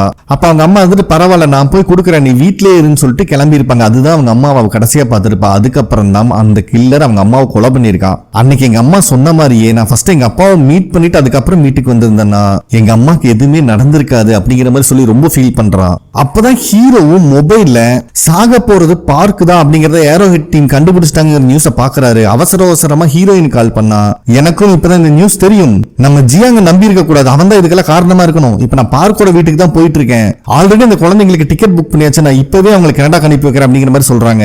ஹீரோவும் சரி ஓகே நான் ஸ்ட்ரைட்டா ஏர்போர்ட்டுக்கு வந்துடுறேன் அப்படிங்கிற மாதிரி சொல்லிடுறான். அதுக்கப்புறம் ஹீரோ கொலிக் போலீஸ்காரனுக்கு கால் பண்ணி விக்டிமோட டீடைல் ரிலீஸ் ஆயிருச்சு, சோ ஏரோ ஹெட்டை சேர்ந்தவங்க அவங்களை ஏதாவது பண்றக்குள்ளேயே நம்ம ரெஸ்கியூ பண்ணி ஆகணும், நீ டீமை கூப்பிட்டு அங்க வந்துரு, அவங்க இப்பவே கனடா கிளம்ப போறாங்க அப்படிங்கிற விஷயத்த வேற சொல்லிடுறான். இவன் தான் எல்லாத்துக்கும் காரணங்கிறது ஹீரோக்கு தெரியாது பாவம். அப்ப இந்த கொலிக் டிடெக்டிவ் பையப்புல இருந்துட்டு ஓ தப்பிச்சு போக பாக்குறீங்களா அப்படின்னு சொல்லி பார்க்கோட போட்டோவை ஏரோ ஹெட்ல ஆன்லைன்ல ரிலீஸ் பண்ணிடுறான். இத பாக்குற சைக்கோக்கு சந்தோஷம் வேற தாங்க முடியல.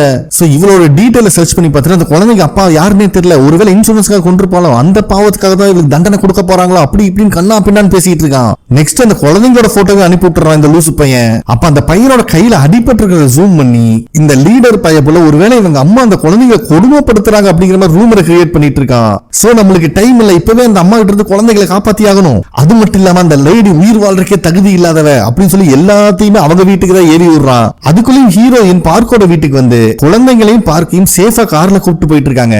அப்ப அங்க கிராஸ் பண்ற யாரை பார்த்தாலும் இவங்களை நோட் பண்ற மாதிரியே உங்களுக்கு தெரியுது.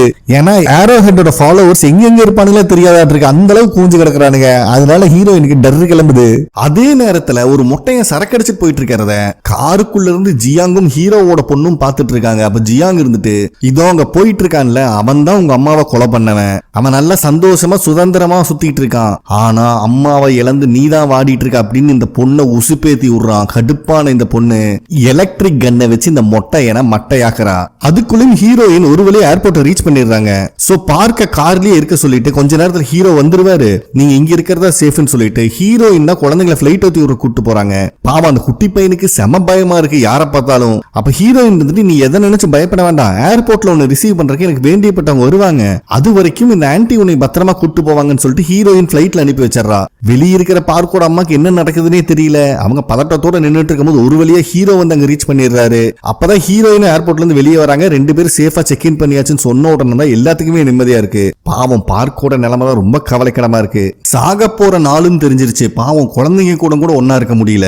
அதே நேரத்தில் ஒரு பாலடைஞ்ச வீட்டுக்குள்ளதான் தூக்கிட்டு அந்த மொட்டையனை படுக்க வச்சிருக்காங்க. அவனோட பர்ஸ் எல்லாம் செக் பண்ணிட்டு ஜியாங் இருந்துட்டு ஒவ்வொருத்தருக்கும் தண்டனை கொடுக்க கடவுள் நேர்ல வரணும்னு அவசியம் இல்ல, அதுதான் அவர் எப்படி தண்டனை கொடுப்பார் நம்மளுக்கே தெரிஞ்சிருச்சு, நம்மளே பாத்துக்கலாம் அப்படிங்கிற மாதிரி சொல்லிட்டு இந்த பணத்தை எல்லாம் எரிக்கிற மாதிரி ஒரு செட்டப் பண்ணி வச்சிருக்காரு. அந்த ஹை டெம்பரேச்சர் இருக்க ரூம்ல இந்த மொட்டையனை போட்டு கதற கதற சித்திரவதை பண்ணி கொள்றாரு. இத பார்த்துட்டு இருக்கிற ஹீரோவோட பொண்ணுக்கு இப்பதான் நிம்மதியா இருக்கு. சோ இப்ப அந்த மொட்டையனோட பாடி அந்த மான்ஸ்டர்ஸ் தண்டனை கொடுத்தா எப்படி இருக்குமோ அந்த அளவுக்கு கருகி போய் கிடக்குது. அத மக்கள் கண்ணுல படுற மாதிரி ஒரு இடத்துல போட்டுறாங்க. ரிப்போர்ட்டர்ஸ்ல இருந்து எல்லாருமே ஒண்ணு ஓடிடுறாங்க. நெக்ஸ்ட் டே ஹீரோ ஸ்டேஷனுக்கு வரும்போது ஒரு பொண்ணுக்கு தான் கால் பண்ணிட்டு வர்றாரு, பட் ரீச் பண்ண முடியல. அப்ப அங்க இருக்கிற மத்த போலீஸ்காரங்க எல்லாம் கேப்டன் உன்னை உடனடியா பார்க்கணும்னு சொன்னாரு அப்படிங்கிற மாதிரி சொல்லிடுறாங்க. ஹீரோவும் கேப்டனை பார்க்க அவர் ரூம் போகும்போதுதான் இந்த நியூஸ் பிளே ஆயிட்டு இருக்கு. அதாவது 6 வருஷத்துக்கு முன்னாடி ஹீரோவோட ஒய்ஃபை கொன்னவனை கடவுளே தண்டனை கொடுத்துட்டாரு அப்படின்னு இதை பாக்குற ஹீரோக்கு செம்ம ஷாக் ஆகுது. சரி நேத்து நைட் நீ எங்க போயிருந்த அப்படிங்கிற மாதிரி கேப்டன் கேக்குறாரு.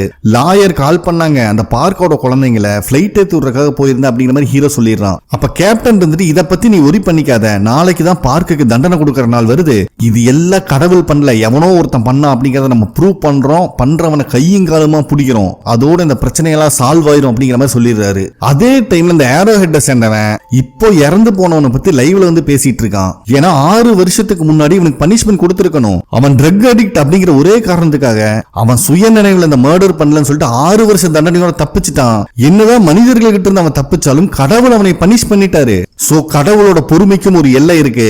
இன்னும் ஒரு நாள் தான் இந்த பார்க்குக்கு டைம் இருக்கு. அதுக்குள்ளேயும் நீ பண்ண தப்பெல்லாம் ஒத்துக்கிட்டு நீ என்னென்ன பாவம் பண்ணியோ அதுக்கெல்லாம் மன்னிப்பு கேட்டு, இல்லன்னா கடவுள் உனக்கு தண்டனை கொடுக்கணும் அவசியம் இல்ல, நாங்க இருக்கோம் அப்படின்னு அவன் குரூப்ல எல்லாத்தையும் ஏத்தி விட்டுட்டு இருக்கான். அதனால பார்க்கோட வீட்டுக்கு முன்னாடி பெரிய கூட்டமே கூடியிருது. அவ பெரிய பாவம் பண்ணிருக்கா, பண்ண பாவத்தெல்லாம் ஒத்துக்க சொல்லுங்க அப்படி இப்படின்னு கத்திக்கிட்டு இருக்காங்க.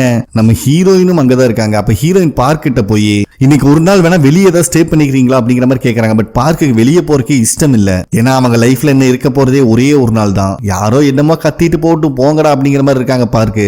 அப்ப கரெக்டா ஹீரோயினோட சீஃப் ஒரு மெசேஜ பார்த்து காண்டாகிறாரு. என்னடா விஷயம்னு கேட்டா, இதுக்கு முன்னாடி பார்க் இறந்து போறத லைவ் டெலிகாஸ்ட் யாரும் பண்ண மாட்டேன்னு சொல்லியிருந்தாங்க. ஆனா இப்ப எல்லா மேஜர் டிவியும் லைவ் டெலிகாஸ்ட் பண்றதுக்கு ஒத்துக்கிட்டாங்க அப்படிங்கிற நியூஸ் வந்திருக்கு.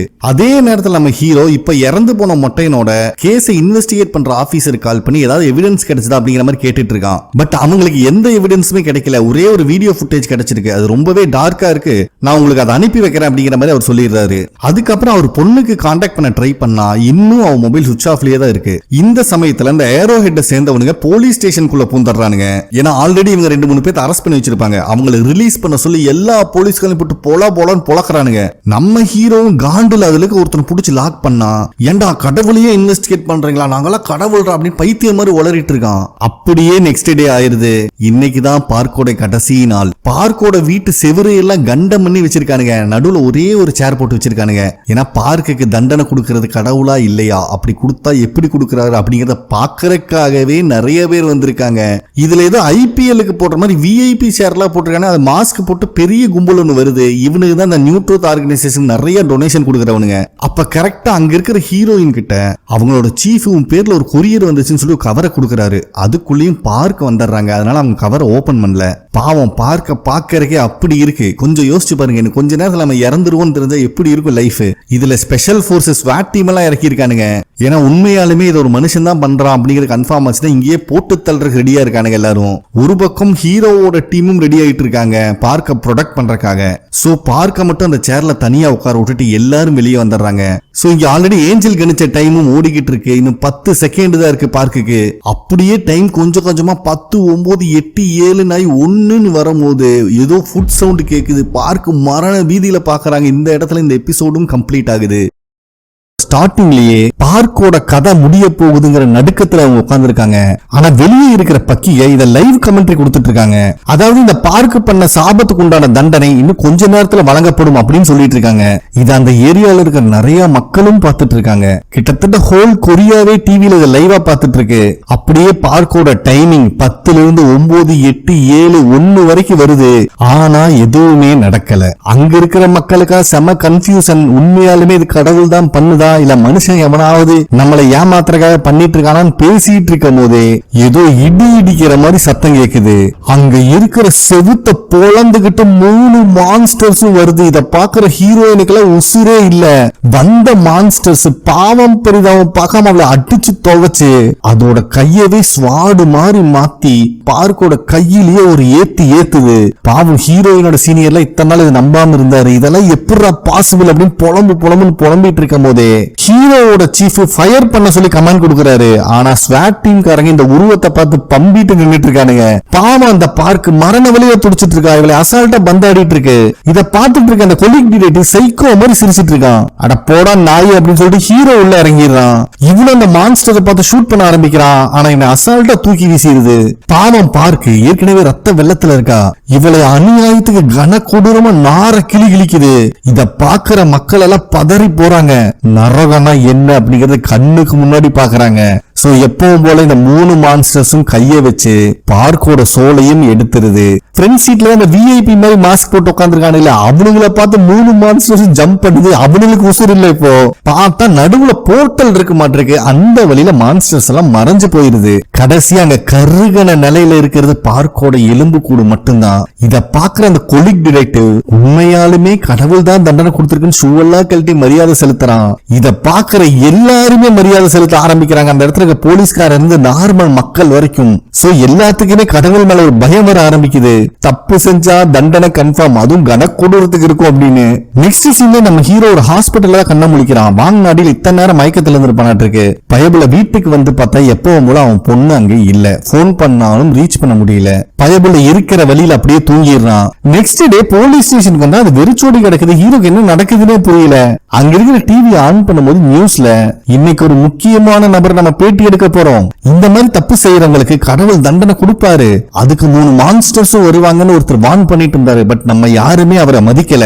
ஆல்ரெடி 2-3 இன்சிடென்ட்ல நிறைய பேர் அவரை காப்பாத்திருக்காரு அப்படின்னு சொல்லிட்டு கடைசி ஒரு ஃபயர் ஆக்சிடென்ட் அம்மாவையும் குழந்தையும் நம்ம ஜங்கு காப்பாத்துற ஃபுட்டேஜ் பிளே பண்றாங்க. அது மட்டும் இல்லாம ரோட்ல ஒருத்தன் கத்தி முனையில ஒரு பொம்பளைய லாக் பண்ணி வச்சு எல்லாத்தையும் மிரட்டிட்டு இருந்திருக்கான். அந்த இடத்துக்கு வர ஜங்கும் அவனை சமாதானப்படுத்தி கட்டிப்புடி வைதமெல்லாம் பண்ணி காப்பாத்திருக்காரு. சோ இந்த மாதிரி நிறைய நல்ல விஷயத்த பண்ணவர் தான் நியூ ட்ரூத் ஆர்கனைசேஷனோட சேர்மன் ஜியாங் அப்படின்னு சொல்லி அவர் கூட இன்டர்வியூ ஸ்டார்ட் ஆகுது. அதே நேரத்துல ஹீரோக்கு மெயில்ல ஒரு வீடியோ ஃபுட்டேஜ் ரிசீவ் ஆகுது. இவரு தான் ஆல்ரெடி ரெக்வெஸ்ட் பண்ணி கேட்டிருப்பாரு. இவரோட ஒய்ஃபை கொன்னவங்களோட வீடியோ ஃபுட்டேஜ். வேற யாரும் இல்ல, ஜியாங்கும் இவரோட பொண்ணும் பண்ண வேலை தான் அது. ஃபுட்டேஜ் கிளியரா இல்ல. பட் அந்த மொட்டையை இழுத்துட்டு போனவங்களோட ட்ரெஸ்ஸை பாத்துறாரு. அதே ட்ரெஸ் இப்ப இன்டர்வியூ கொடுத்துட்டு இருக்கிற ஜியாங்கோட ரூம்ல தொங்கிட்டு இருக்கிறத பாக்குறாரு. சோ எல்லாத்துக்கு காரணம் இந்த நாய் தான் அப்படின்னு அரக்க பறக்க இங்க கிளம்புறாரு நம்ம ஹீரோ. அப்ப இன்டர்வியூ எடுக்கிற லேடி ஏன் இத்தனை வருஷமா கடவுள் யாரையுமே பனிஷ் பண்ணாம இப்போ சடனா இவ்வளவு பேருக்கு இப்படி கொடூரமா பனிஷ் பண்ணணும் அப்படிங்கிற மாதிரி கேக்குறாங்க. அதுக்கு ஜியாங் வந்துட்டு நம்ம இந்த பூமியை ரொம்பவே சேதப்படுத்தி இருக்கோம். கடவுள் நம்மளுக்கு நிறைய ரூபத்துல வார்னிங் கொடுத்தாரு, அதாவது இயற்கை பேரழிவு மூலியமா. பட் அது எதையுமே நம்ம மதிக்கல. அதனாலதான் இப்ப பனிஷ்மெண்ட் ரொம்ப கொடூரமா இருக்கு அப்படிங்கிற மாதிரி சொல்லிட்டு இருக்காரு. இந்த சமயத்துல எப்பவும் போல ஏரோ ஹெட்டோட தலைவன் லைவுக்கு வந்துடுறான். ஜியாங் பேசினதை கேட்டீங்களா? கடவுளோட லவ் நம்மளுக்கு கிடைக்கல. ஏன்னா அந்த அளவுக்கு சாபத்தை வாங்கி வச்சிருக்கோம். இதுக்கு மேலையும் கடவுளே வந்து தண்டனை கொடுக்கணும்னு எதிர்பார்க்க வேண்டிய அவசியம் கிடையாது. ஏன்னா நம்மளும் கடவுளுக்கு கீழே தான் இருக்கும். சோ அதனால என்னுடைய டீம் எல்லாத்துக்கும் நான் இன்ஃபார்ம் பண்றேன், கடவுள் ஆசைப்படுறதை இனிமேல் நம்ம நிறைவேற்ற போறோம். ஏன்னா நம்ம தான் கடவுளின் செல்ல குழந்தைகள். இப்போ கூட அந்த பார்க்குக்கு உண்டான தண்டனை நிறைவேற்றதுக்கு அப்புறம் நிறைய பேர் கடவுளுக்கு மரியாதை கொடுத்தாங்க. ஆனா இந்த 2 லாயரை பாத்தீங்களா, கடவுளையே மதிக்காம இருக்காங்கன்னு சொல்லிட்டு ஹீரோயினையும் அவங்க சீனியரையும் தான் வீடியோ ஃபுட்டேஜ்ல எடுத்து காட்டிட்டு இருக்கான். அதோட நிறுத்தாம ஹீரோயினோட டீமோட ஃபுல் டீடைலை எடுத்து எல்லாத்துக்குமே ரிலீஸ் பண்ணிடுறான். அதுக்கப்புறம் இதை விட பெரிய பைத்தியம் ஒருத்தருக்கான்னு சொல்லி ஹீரோவை காட்டுறான். ஏன்னா அவன் தான் மான்ஸ்டர்ஸ் ஷூட் பண்ணான். சோ இவன் கடவுளோட தூதுவர்களையே ஷூட் பண்ணிருக்கான். இவன் ரொம்ப சபிக்கப்பட்டவன் அப்படின்னு சொல்லி ஹீரோ ஃப்ரேம் பண்றான். சோ இந்த மாதிரி ஆளுகளை உயிரோடு இருக்கிற வரைக்கும் நம்ம பீஸ்ஃபுல்லா வாழ முடியாது. அதனால மக்களே எப்பவும் போல நம்ம வேலையை பார்க்க போறோம் அப்படின்னு எல்லாத்தையும் தூண்டி விட்டுட்டு இருக்கான். சோ இந்த விஷயத்தை கேள்விப்பட்ட ஹீரோயின் அவசரமா டிக்கெட் புக் பண்ணிட்டு அவங்க அம்மா கூட எஸ்கேப் ஆகலாம் அப்படின்னு பேக் பண்ண ட்ரை பண்ணிட்டு இருக்காங்க. அப்பதான் அங்க இருக்கிற கொரியர் கவரை பாக்குறாங்க. ஏன்னா இது ஆல்ரெடி பார்க்குக்கு தண்டனை கொடுக்கும்போது என் கையில கிடைச்சிருக்கும். சோ இப்பதான் இதை ஓபனே பண்றாங்க. அதுல ஃபியூச்சர் சர்ச் அப்படின்னு மென்ஷன் ஆயிருக்கு. அதே நேரத்தில் நம்ம ஹீரோ ஜியாங் இருக்கிற இடத்துக்கு வந்துடுறாரு. ஆல்ரெடி மக்கள் நிறைய பேர் ரோட்லயே டென்ட் போட்டு உட்காந்துருக்காங்க. இவன் கையில ராடு வேற எடுத்துட்டு போயிட்டு இருக்கான். ஹீரோவை பாக்குறாங்க இருக்கிற மக்களுக்கு நல்லாவே தெரிஞ்சிருது, இவன் தான் நேத்து கடவுளோட தூதுவரை ஷூட் பண்ணா அப்படின்னு சொல்லிட்டு அவங்களுக்குள்ள குசு குசுன்னு பேச ஆரம்பிச்சிடுறாங்க. அதே டைம்ல ஹீரோயின் அந்த கவரை ஓபன் பண்ணா நம்ம ஜியாங்கோட போட்டோ போட்டிருக்கு. ரொம்ப வருஷம் வருஷத்துக்கு முன்னாடி ஜியாங்கோட கண்ணுக்கு முன்னாடி அந்த ஏஞ்சல் வந்திருக்காங்க, ஜியாங்கு ஒரு கெடு கொடுத்திருக்காங்க. இத பாக்குற ஹீரோயினுக்கு செம ஷாக் ஆகுது. அதுல டேட் பார்த்தா அக்டோபர் 2004 மென்ஷன் ஆயிருக்கு. இது அனுப்பி இருக்கிறவரோட பேரு பாஸ்டர் கிம் அப்படின்னு இருக்கு. நம்ம ஹீரோயின் அவங்க சீனியர் கால் பண்ணிட்டே வந்துட்டு இருக்காங்க, பட் அவர் எடுக்கிற மாதிரி இல்ல. ஒருவடியா இவங்க ஆபீஸோட பேஸ்மெண்ட் வந்துடுறாங்க. இப்ப கால் பண்ணா அவங்க சீனியர் அட்டெண்ட் பண்றாரு. அந்த ஏரோ ஹெட் சேர்ந்த லூசூட் பையன் அவன் டீமை நம்மளுக்கு எதிராக திருப்பி விட்டுட்டான், தயவு செஞ்சு கொஞ்சம் சேஃபா இருக்குன்னு சொல்லிக்கிட்டே லாயர் ஆபீஸ்க்குள்ள வந்து பார்த்தா ஆபீஸே கண்டமாய் கிடக்குது. ஹீரோயினுக்கு பயம் இன்னும் அதிகமாகுது. அவரு வேற ரொம்ப சோகமா பேசுறாரு. எங்கதான் இருக்கீங்க அப்படிங்கிற மாதிரி ஹீரோயின் கேட்கும் போது நம்ம சீனியரை காட்டுறாங்க. பாவம் பயவுளை அடிச்சு நார கிளி கிழிச்சு குதறி போட்டு போயிருக்காங்க. அப்ப சீனியர் வந்துட்டு எனக்கு ரொம்ப பயமா இருக்கு, தயவு செஞ்சு இங்க இருக்காத, எங்கேயாவது போயிரு அப்படிங்கிற மாதிரி சொல்லிடுறாரு. இந்த சமயத்துல ஏரோ ஹெட் சேர்ந்தவங்களும் பேஸ்மெண்ட்டுக்கு வந்துடுறாங்க. காருக்குள்ள வேற ஹீரோயினோட அம்மா இருக்காங்க. அவங்க ஆல்ரெடி கேன்சர் பேஷண்ட் வேற. சோ ஹீரோயினுக்கு சந்தேகம் வந்து அவங்க அம்மாக்கு தான் கால் பண்றாங்க, பட் அவங்க எடுக்கல. என்னடான்னு வந்து பார்த்தா இந்த ஏரோ ஹெட் சேர்ந்தவங்க பாவம் வயசானவங்க பேஷண்ட்னு கூட பார்க்காம கார்ல இருந்து தரன்னு வெளியே இழுத்து பேட்டை வச்சு அடி அடின்னு அடிக்கிறானுங்க. தடுக்க வர ஹீரோயினுக்கு முழுகுது அடி. மனசாட்சியே இல்லாம கண்ணு தெரியாம அடிக்கிறானுங்க ரெண்டு பேத்தையும். அடி கிளின்னு கிழிச்சிட்டு அவனுக்கு பாட்டு வண்டி எடுத்துட்டு போயிடுறானுங்க. பாவம் ஹீரோயின் அவங்க அம்மா பேச்சு மூச்சு இல்லாம கிடக்குறாங்க அந்த இடத்துல. ஹீரோயினும் ஆம்புலன்ஸ் கால் பண்ணிட்டு இருக்காங்க. அதே டைம்ல ஹீரோ ஜியாங்கோட ரூம்குள்ள இன்டர் கதவை போட்டு அடி அடி அடிச்சிட்டு இருக்காரு. திறந்து பார்த்தா உள்ள யாருமே இல்ல.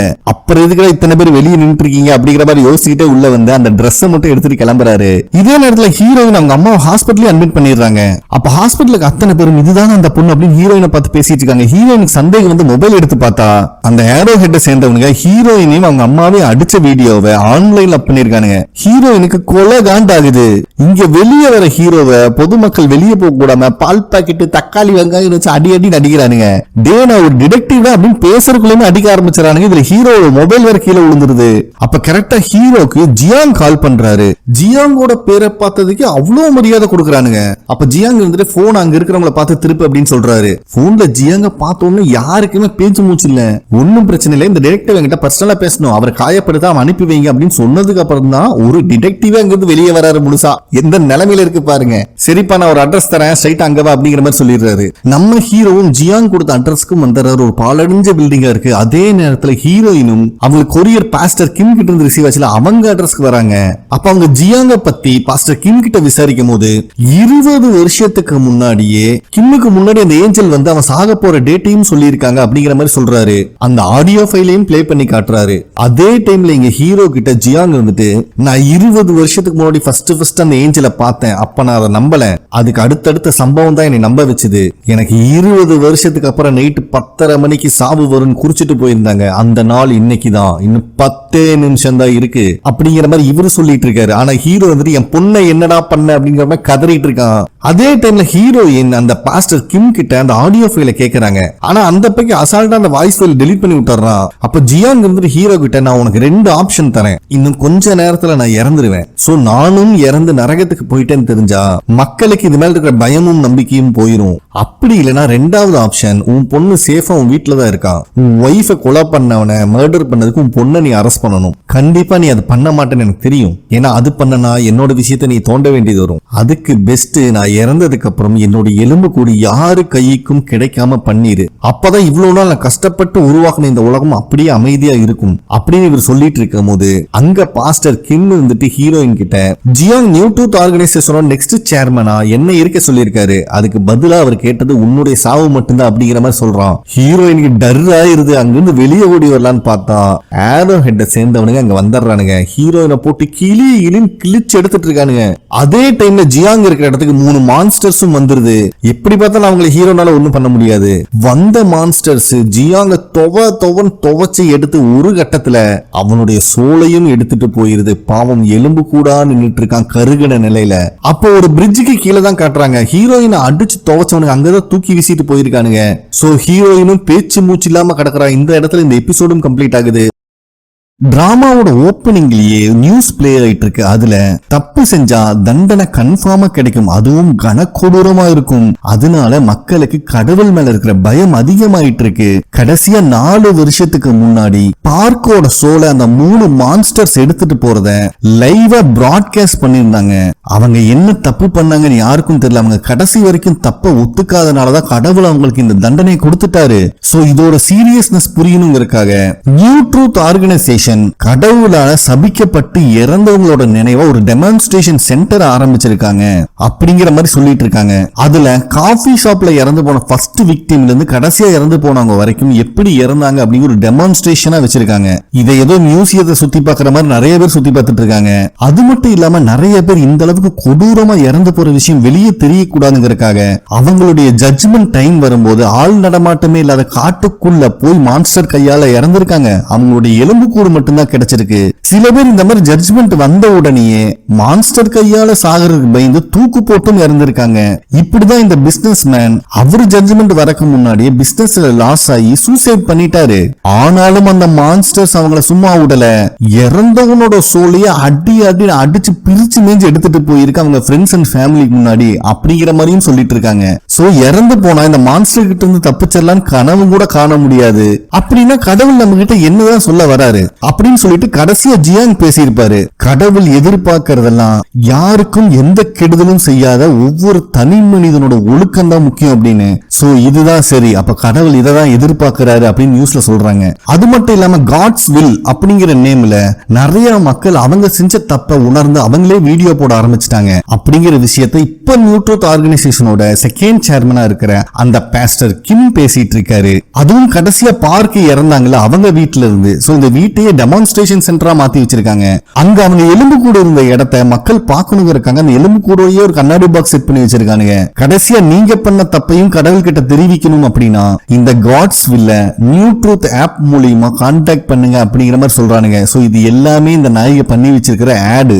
இத பாக்குற அந்த கண்ணாடிக்காரன் இந்த சீனை மாத்துங்க, பேக்ரவுண்ட் மியூசிக்க மாத்துங்க நொட்ட பேசிட்டு இருக்கான். அத பாத்துட்டு இருக்கிற ப்ரொடியூசருக்கு செம காண்ட் ஆகுது. டே என்னங்கடா எப்ப கொண்டு வந்தாலும் நொட்ட சொல்லிக்கிட்டே இருக்கீங்க, ஒவ்வொன்றுக்கும் உங்ககிட்ட பர்மிஷன் கேட்க முடியாது, இதுக்காக நாங்க டே அண்ட் நைட் ஒர்க் பண்ணிருக்கோம் அப்படிங்கிற மாதிரி கொஞ்சம் ரூடா பேசிடுறாரு.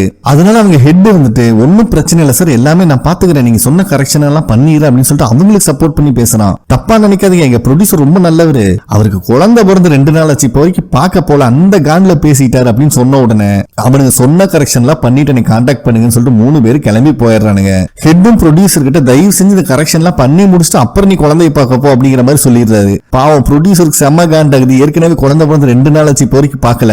அப்ப ப்ரொடியூசர் கரெக்டா ஒய்ஃப் கால் பண்றாங்க ஹாஸ்பிட்டல்ல இருந்து. இவர் இருந்துட்டு ஒர்க் இன்னும் முடியலமா, கொஞ்சம் அட்ஜஸ்ட் பண்ணிக்க, நாளைக்கு எப்படியாவது லீவ் போட்டு வந்துடுறேன் அப்படிங்கிற மாதிரி சொல்றாரு. அவங்களுக்கும் அப்செட் ஆகுது, பட் என்ன பண்ண முடியும். சரி இப்ப வரைக்கும் நீ குழந்தைய பார்க்கல, கொஞ்ச நேரம் கழிச்சு நான் வீடியோ எடுத்து அனுப்புறேன் அப்படிங்கிற மாதிரி சொல்லிடுறாங்க.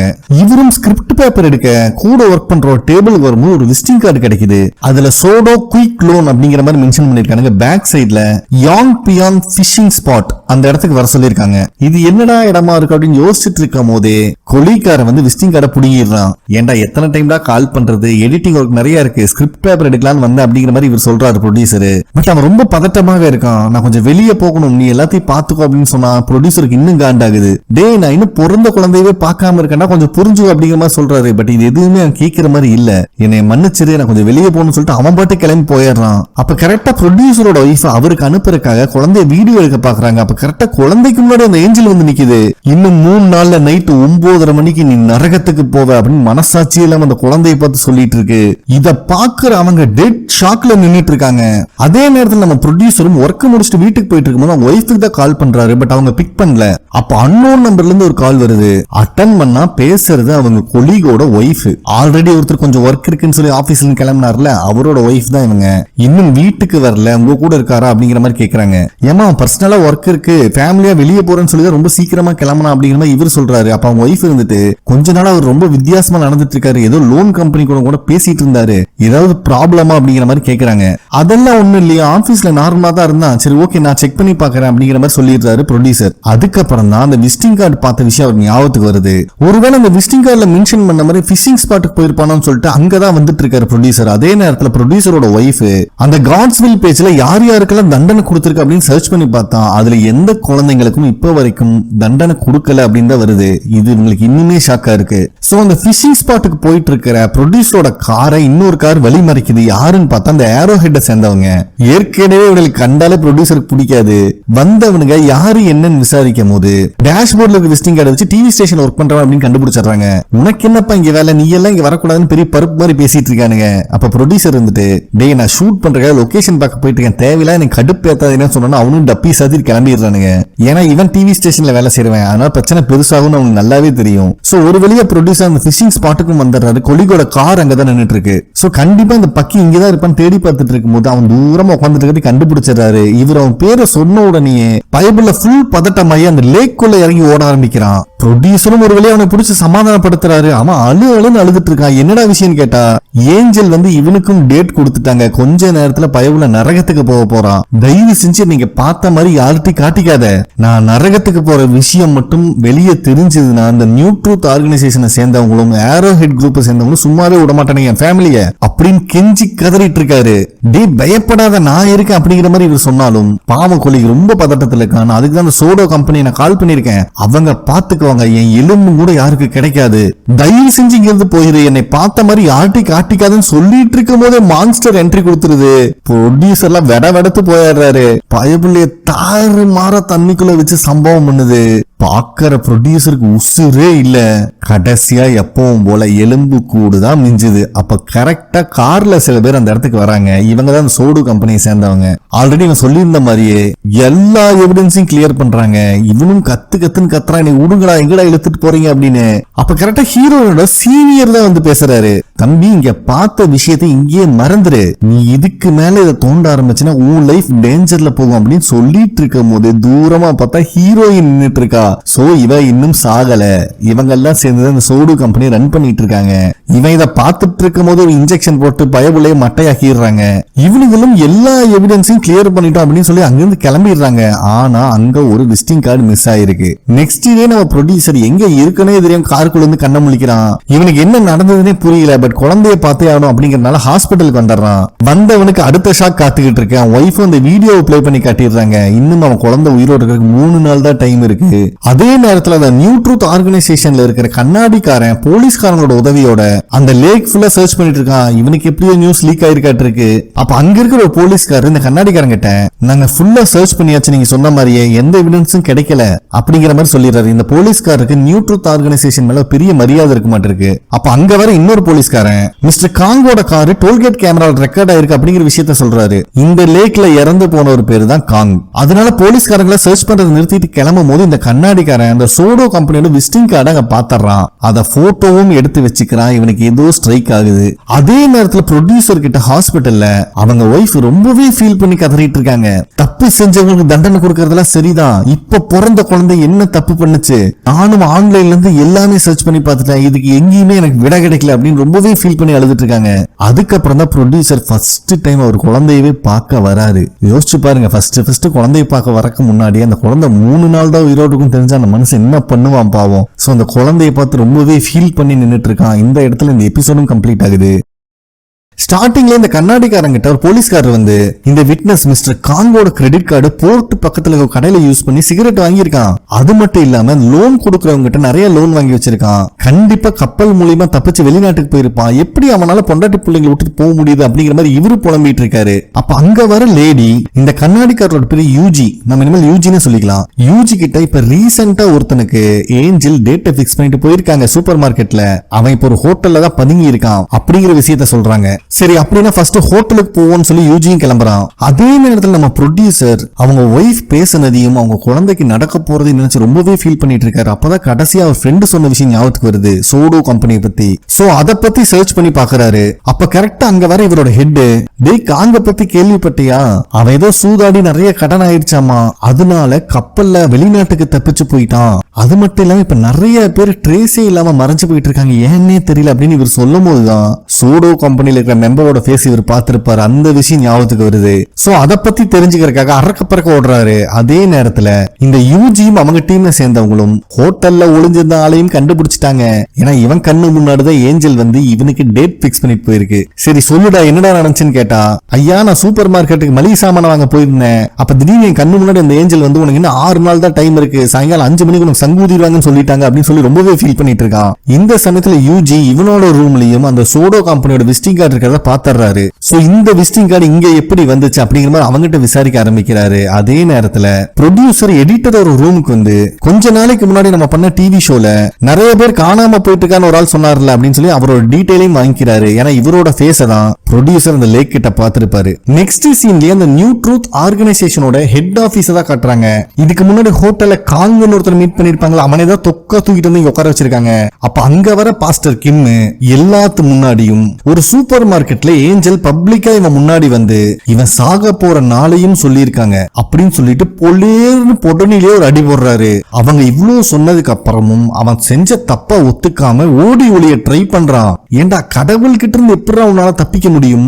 ஏன் இவனுக்கு இந்த தண்டனை கொடுத்திருக்காங்கன்னா இவன் ஒரு கேம்பிளிங் ரன் பண்ணிட்டு இருந்திருக்கான். பாருடா நல்லா பாரு, உன் ஃபேமிலி மெம்பர்ஸ் இங்கதான் இருக்காங்க, நீ பண்ண பாவத்துக்கு உண்டான தண்டனை உனக்கு கண்டிப்பா கிடைச்சே தீரும் அப்படிங்கிற மாதிரி சொல்லிட்டு இருக்காரு. எப்பவும் போல ஃப்ரண்ட் ரோல அந்த மாஸ்க் போட்ட மூதேவிகளும் உட்கார்ந்துருக்கு. கேட்டா விஐபிங்கிறானுங்க. சோ இந்த காங்கோட டைமும் வந்துருது. நான் எந்த தப்பும் பண்ணலடா அப்படின்னு இவர் புலம்பிட்டே இருக்கும் போது லைட் ஆன் பண்ணி விட்டுறானுங்க. கரெக்டா 3 மான்ஸ்டர்ஸ் வந்து நிக்குது. இவரும் தப்பிக்கலான்னு தலைதறிக்க ஓடுறாரு. பட் இவனுங்கிட்ட இருந்து தப்பிக்கவா முடியும்? மனசாட்சியே இல்லாம மானாவரிய ரத்தம் தெறிக்க கண்டம் பண்ணுது அவங்க ஃபேமிலி மெம்பர்ஸ் முன்னாடி. அப்ப இந்த சேர்மன் பாஸ்டர் கிங் வந்துட்டு அங்க இருக்க லேடி கிட்ட ஆன்லைன் வியூஸ் எப்படி போயிட்டு இருக்கு அப்படிங்கிற மாதிரி கேக்குறாரு. அவங்களும் செக் பண்ணி பார்த்துட்டு 89% இருக்கு அப்படின்னு சொல்றாங்க. இத கேட்கிற இந்த கண்ணாடிக்கு சந்தோஷம் தாங்க முடியல. எப்படி எல்லாம் பிசினஸ் டெவலப் பண்றானுப்பா, நம்மளுக்கு தான் இந்த ஐடியா வர மாட்டேங்குதோ. அப்ப கரெக்டா யூஜி சேர்மன் கிட்ட வந்து நம்ம அசம்பிளி மீட்டிங் ஒன்னு வச்சாகணும், முக்கியமான விஷயத்தை டிஸ்கஸ் பண்ணணும் அப்படின்னு சொல்லிட்டு இருக்கும் போதே இந்த மான்ஸ்டர்ஸ் காங்கோட சோலை எடுத்துட்டு எப்பவும் போல அந்த போர்ட்டல் வழியில போயிடுறாங்க. பாவம் பயபுள்ள கருகின நிலையில எலும்பு கூட கடக்கறான் அந்த காங்கு. அதே நேரத்துல ப்ரொடியூசர் அந்த லேக் கிட்ட பார்த்த பர்சனை பாக்குறதுக்காக தான் வந்திருக்காரு. அவங்களோட ஆளுங்களும் ப்ரொடியூசர் லாக் பண்ணிடுறாங்க. அப்ப இந்த சீனியர் இருந்துட்டு நேத்தே நான் உங்ககிட்ட பார்த்த விஷயத்த மறந்துறேன்னு சொன்னேன், ஏன் தேவையில்லாத பிரச்சனைக்குள்ள வந்து லாக் ஆகுற அப்படிங்கிற மாதிரி சொல்றாரு. அதே நேரத்துல இந்த நியூ ட்ரூத் ஆர்கனைசேஷன்ல இதுக்கு முன்னாடி ஹோட்டல் இந்த காங்க பேட்டி எடுத்திருப்பாங்க, அந்த விஷயம் ஓடிட்டு இருக்கு. இந்த சேர்மேனுக்கு முன்னாடி இந்த சோடோ கம்பெனியோட விசிட்டிங் கார்டும் இருக்குது. அதை இவர் பாத்துறாரு. அதே நேரத்துல ப்ரொடியூசர் சீனியர் கிட்ட நிஜமாலுமே அந்த மான்ஸ்டர் தண்டனை கொடுத்துட்டு போனதுக்கு அப்புறம் எந்த ட்ரேஸும் இல்லாம எல்லாத்தையும் மறைச்சிருவீங்களா அப்படின்னு கேட்டா ஆமான்னு சொல்லிடுறாரு. சரி ஓகே, யாருக்கெல்லாம் தண்டனை கிடைக்குதுன்னு எப்படி கண்டுபிடிக்கிறீங்க அப்படிங்கிற மாதிரி கேக்குறாரு. அதுக்கு சீனியர் இருந்துட்டு எங்கனால எல்லாத்தையுமே கண்டுபிடிக்க முடியாது, யார் யாருக்கு பப்ளிக்கா வந்து அந்த ஏஞ்சல் அவங்க சாக போற நாளை சொல்லுதோ அவங்களே தான் நாங்க அப்ரோச் பண்ணுவோம். அது மட்டும் இல்லாம எங்க ஆளுங்க நிறைய இடத்துல இருக்காங்க, ஏன் உங்க டிவி ஸ்டேஷன்லயும் கூட எங்க ஆளுங்க இருக்காங்க அப்படிங்கிற மாதிரி சொல்றாரு. சரி எதுக்கு இதெல்லாம் பண்றீங்க அப்படிங்கிற மாதிரி ப்ரொடியூசர் கேட்கும்போது, தம்பி ஒருத்தன் சாக போறான், எதனால சாகறான்னு இப்ப வரைக்கும் நம்மளால கண்டுபிடிக்க முடியல. ஆனா இந்த நியூ ட்ரூத் ஆர்கனைசேஷன் அதை யூஸ் பண்ணி மக்களை தவறான பாதையில கொண்டு போயிட்டு இருக்காங்க. அது மட்டும் இல்லாம அவன் பாவம் பண்ணிட்டான், அதனாலதான் அவனுக்கு இப்படி தண்டனை கிடைச்சிருக்கு அப்படின்னு ஒரு வதந்தியை கிளப்பி இறந்தவன் மட்டும் இல்லாம அவன் குடும்பத்துக்கும் பெரிய அவமானத்தை தேடி கொடுத்துட்டு இருக்காங்க. அதனாலதான் நாங்க இதை பண்ணிட்டு இருக்கோம் அப்படிங்கிற மாதிரி சீனியர் சொல்லிடுறாரு. சோ இவன் சொல்ற விஷயம் ப்ரொடியூசருக்கும் கரெக்டா படுது. அதனால இவன் குழந்தை முன்னாடி ஏஞ்சல் வந்து பேசின வீடியோவை இவங்க கிட்ட பிளே பண்ணி காட்டுறான். தயவு செஞ்சு எனக்கு ஹெல்ப் பண்ணுங்க அப்படிங்கிற மாதிரி ரெக்வெஸ்ட் பண்றான். அதே டைம்ல சேர்மேனுக்கு முன்னாடி பிளே ஆயிட்டு இருக்கிற வீடியோல காங்கு ஹீரோயினோட நேமை மென்ஷன் பண்றான். அவங்க தான் என்னை கான்டாக்ட் பண்ண சொன்னாங்க அப்படின்னு. யூஜி இந்த விஷயத்தை சேர்மன் கிட்ட கன்ஃபார்ம் பண்றான். ஏன்னா ஆல்ரெடி ஹீரோயினை பத்தி உங்களுக்கு தெரியும். கொஞ்சம் வருஷத்துக்கு முன்னாடி நடந்த சம்பவத்துக்கு அப்புறம் ஹீரோயின் காணாம போயிட்டான். அதுக்கு முன்னாடி வரைக்கும் இந்த சோடோ கம்பெனிக்கு அவன் லீகல் அட்வைசரா இருந்திருக்கா. அது மட்டும் இல்லாம இன்னைக்கு முன்னாடி அந்த லேக் டீம் எனக்கு இதே விசிட்டிங் கார்டு தான் கிடைச்சது, அந்த விக்டிம் இந்த நாட்டை விட்டு ஓடி போயிட்டான்னு நம்ம நினைச்சிட்டு இருக்கோம், அதுக்கு பின்னாடி இந்த சோடோ ஆர்கனைசேஷன் தான் இருக்கு அப்படிங்கிற விஷயத்தையும் சொல்றான். இதை கேட்கிற சேர்மனுக்கு செம்ம காண்டாகுது.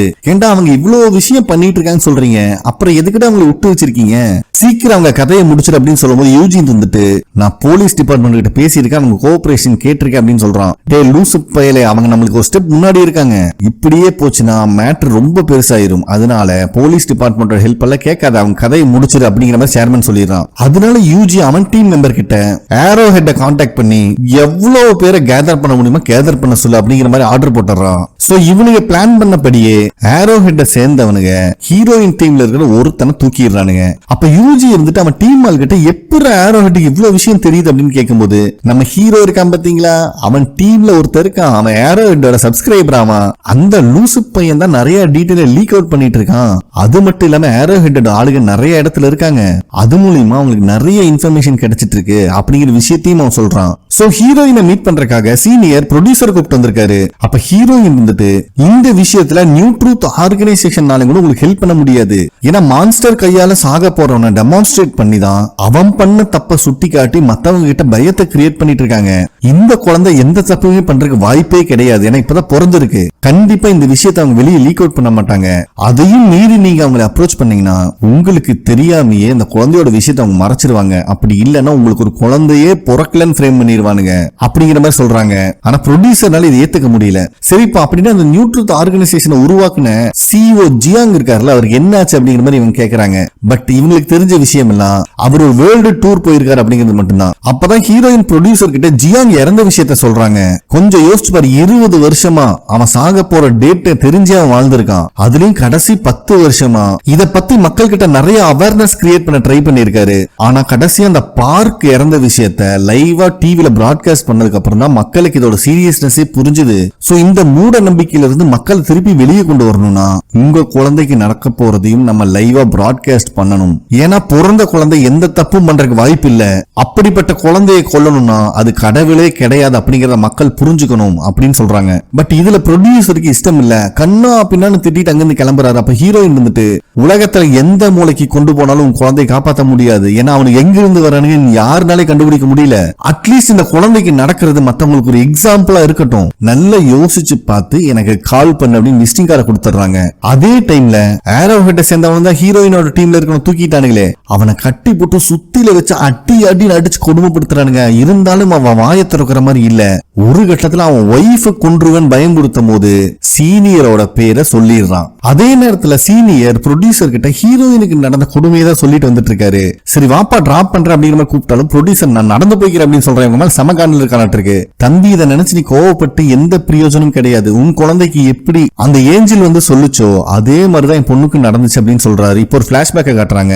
இவர் அவர் பொண்ணு கூட வீக்கெண்ட் வெளியே போயிட்டு இருக்கும் போது காருக்குள்ள அந்த ஏஞ்சல் வந்து அந்த பொண்ணு சாகருக்கு வெறும் 30 செகண்ட் தான் இருக்குன்னு சொல்லியிருக்கு. இவங்களுக்கு என்ன நடக்குதுன்னே புரியல. ஆப்போசிட்ல வேற கனக்கொடூரமா 3 மான்ஸ்டர் ஓடி வந்துட்டு இருக்கு. அதுக்கு கிட்ட எஸ்கேப் ஆகலான்னு வண்டி திருப்பும் போது தெரிச்சிட்டு போய் விழுந்திருக்காங்க. ஆல்ரெடி நடந்த ஆக்சிடென்ட்ல ரத்த வெள்ளத்துல இருக்க அந்த பொண்ணு. அப்பவும் கூட அந்த மான்ஸ்டர் பாவம் பரிதாபம் பார்க்காம அந்த பொண்ணை கனக்கொடூரமா கொண்டிருக்கு. இந்த விஷயத்த சொல்லிட்டு சீனியரும் கிளம்பி போயிடுறாரு. சோ கார்ல போயிட்டு இருக்க சீனியரை எப்படியோ வண்டியை வச்சு அடிச்சு தூக்கி கிட்னாப் பண்ணிடுறானுங்க அந்த ஏரோட சேர்ந்தவனுங்க. அதே டைம்ல ப்ரொடியூசர் வீட்டுக்கு வரும்போது குழந்தை அழுதுட்டு இருக்கு. ஆனா அவன் ஒய்ஃப் அதையும் கூட கவனிக்க முடியாத நிலைமையில இருக்காங்க. அப்ப ப்ரொடியூசர் வந்துட்டு நான் இப்ப சில பேர்த்த மீட் பண்ணேன், நம்ம குழந்தைக்கு நடக்க போறத லைவா பிராட்காஸ்ட் பண்ணணும்னு சொல்றாங்க. ஏன்னா நம்ம குழந்தை எந்த தப்பும் பண்ணிருக்கிறதுக்கு வாய்ப்பு கிடையாது. இது மூலியமா தான் நியூ ட்ரூத் ஆர்கனைசேஷன் பேசுறதெல்லாம் பொய்ன்னு அவங்க ப்ரூவ் பண்ண முடியும், மக்களுக்கும் இது மேல ஒரு விழிப்புணர்வு வரும் அப்படிங்கிற மாதிரி சொல்றாரு. ஆனா இதை அவங்க ஒய்ஃப் ஏத்துக்கிற மாதிரி இல்ல. யாருதான் அக்செப்ட் பண்ணுவா பாவம். சோ சீனியரை கடத்திட்டு வந்தவனுங்க அவரை நகரவே முடியாத அளவு கட்டி போட்டு வச்சிருக்கானுங்க. சோ அவர் டீம்ல இருக்க ஒருத்தன் ஆல்ரெடி இங்க இருக்காங்கிற விஷயமே இப்பதான் அவர் தெரியுது. அப்ப சீனியரோட கார்ல இருக்க நேவிகேஷன் யூஸ் பண்ணி அவரு போன இடத்த எல்லாம் இவனும் எடுத்துறானுங்க.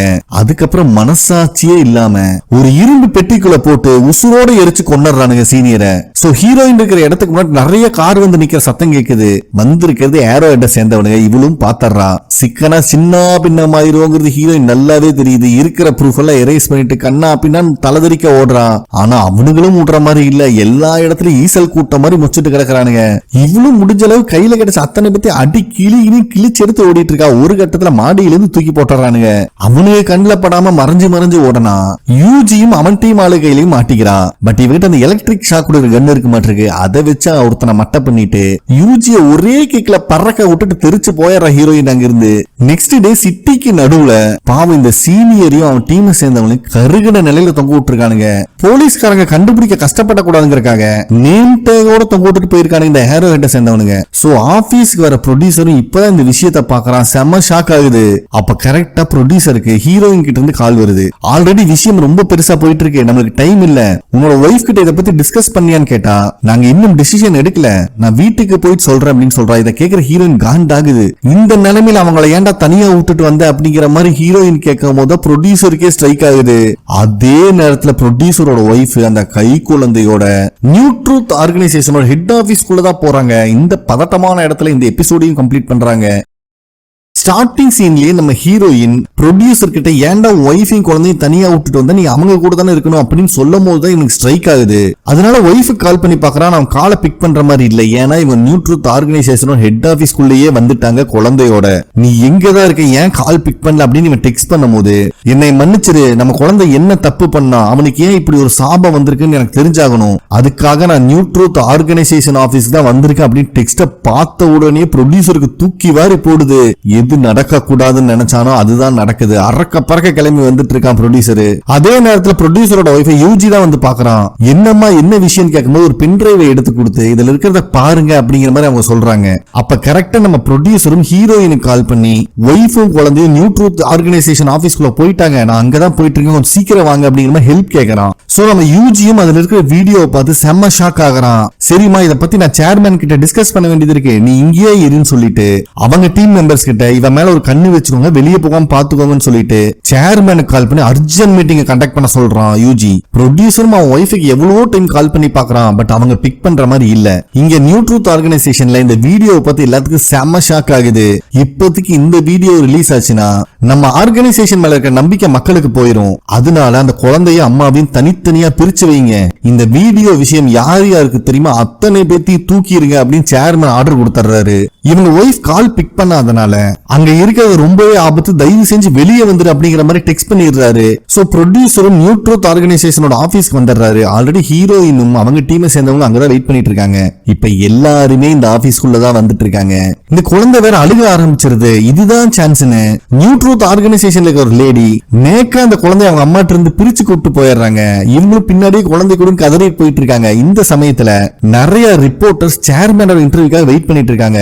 அப்ப அங்க வர ஸ்டாஃப் சேர்மன் இப்ப ரொம்ப பிஸியா இருக்காரு, இன்னைக்கு பார்க்க முடியாது அப்படிங்கிற மாதிரி சொல்லிடுறாரு. ஆனா ரிப்போர்ட்டர் சொல்லுவாங்களா, கடைசியா 2 பேத்த கொண்டு தொங்க விட்டானுங்களா ஏரோகிட்ட சேர்ந்தவங்க, அத பத்தி எல்லாம் நீங்க எந்த கமெண்ட்டும் பண்ண மாட்டேங்கிறீங்க, கடவுள் தான் தண்டிக்கணும்னு சொல்றீங்க, பட் ஏரோகிட்ட சேர்ந்தவங்க அநியாயம் பண்ணிட்டு இருக்காங்களே, அவங்களுக்கு தண்டனை கிடையாதா அப்படிங்கிற மாதிரி கொஸ்டின் ரைஸ் பண்ண ஆரம்பிச்சிடுறாங்க. சோ இதுதான் சான்ஸ். ஹீரோயினோட டீம்ல இருக்க ஒருத்தன் என் முன்னாடி ஏஞ்சல் வந்து என்னோட டைமை குறிச்சிட்டு போயிட்டாங்க, எனக்கு இன்னும் 10 நிமிஷத்துல சாவு வரப்போகுது அப்படிங்கிற மாதிரி சொல்லி எல்லாத்தையும் டிஸ்ட்ராக்ட் பண்றான்.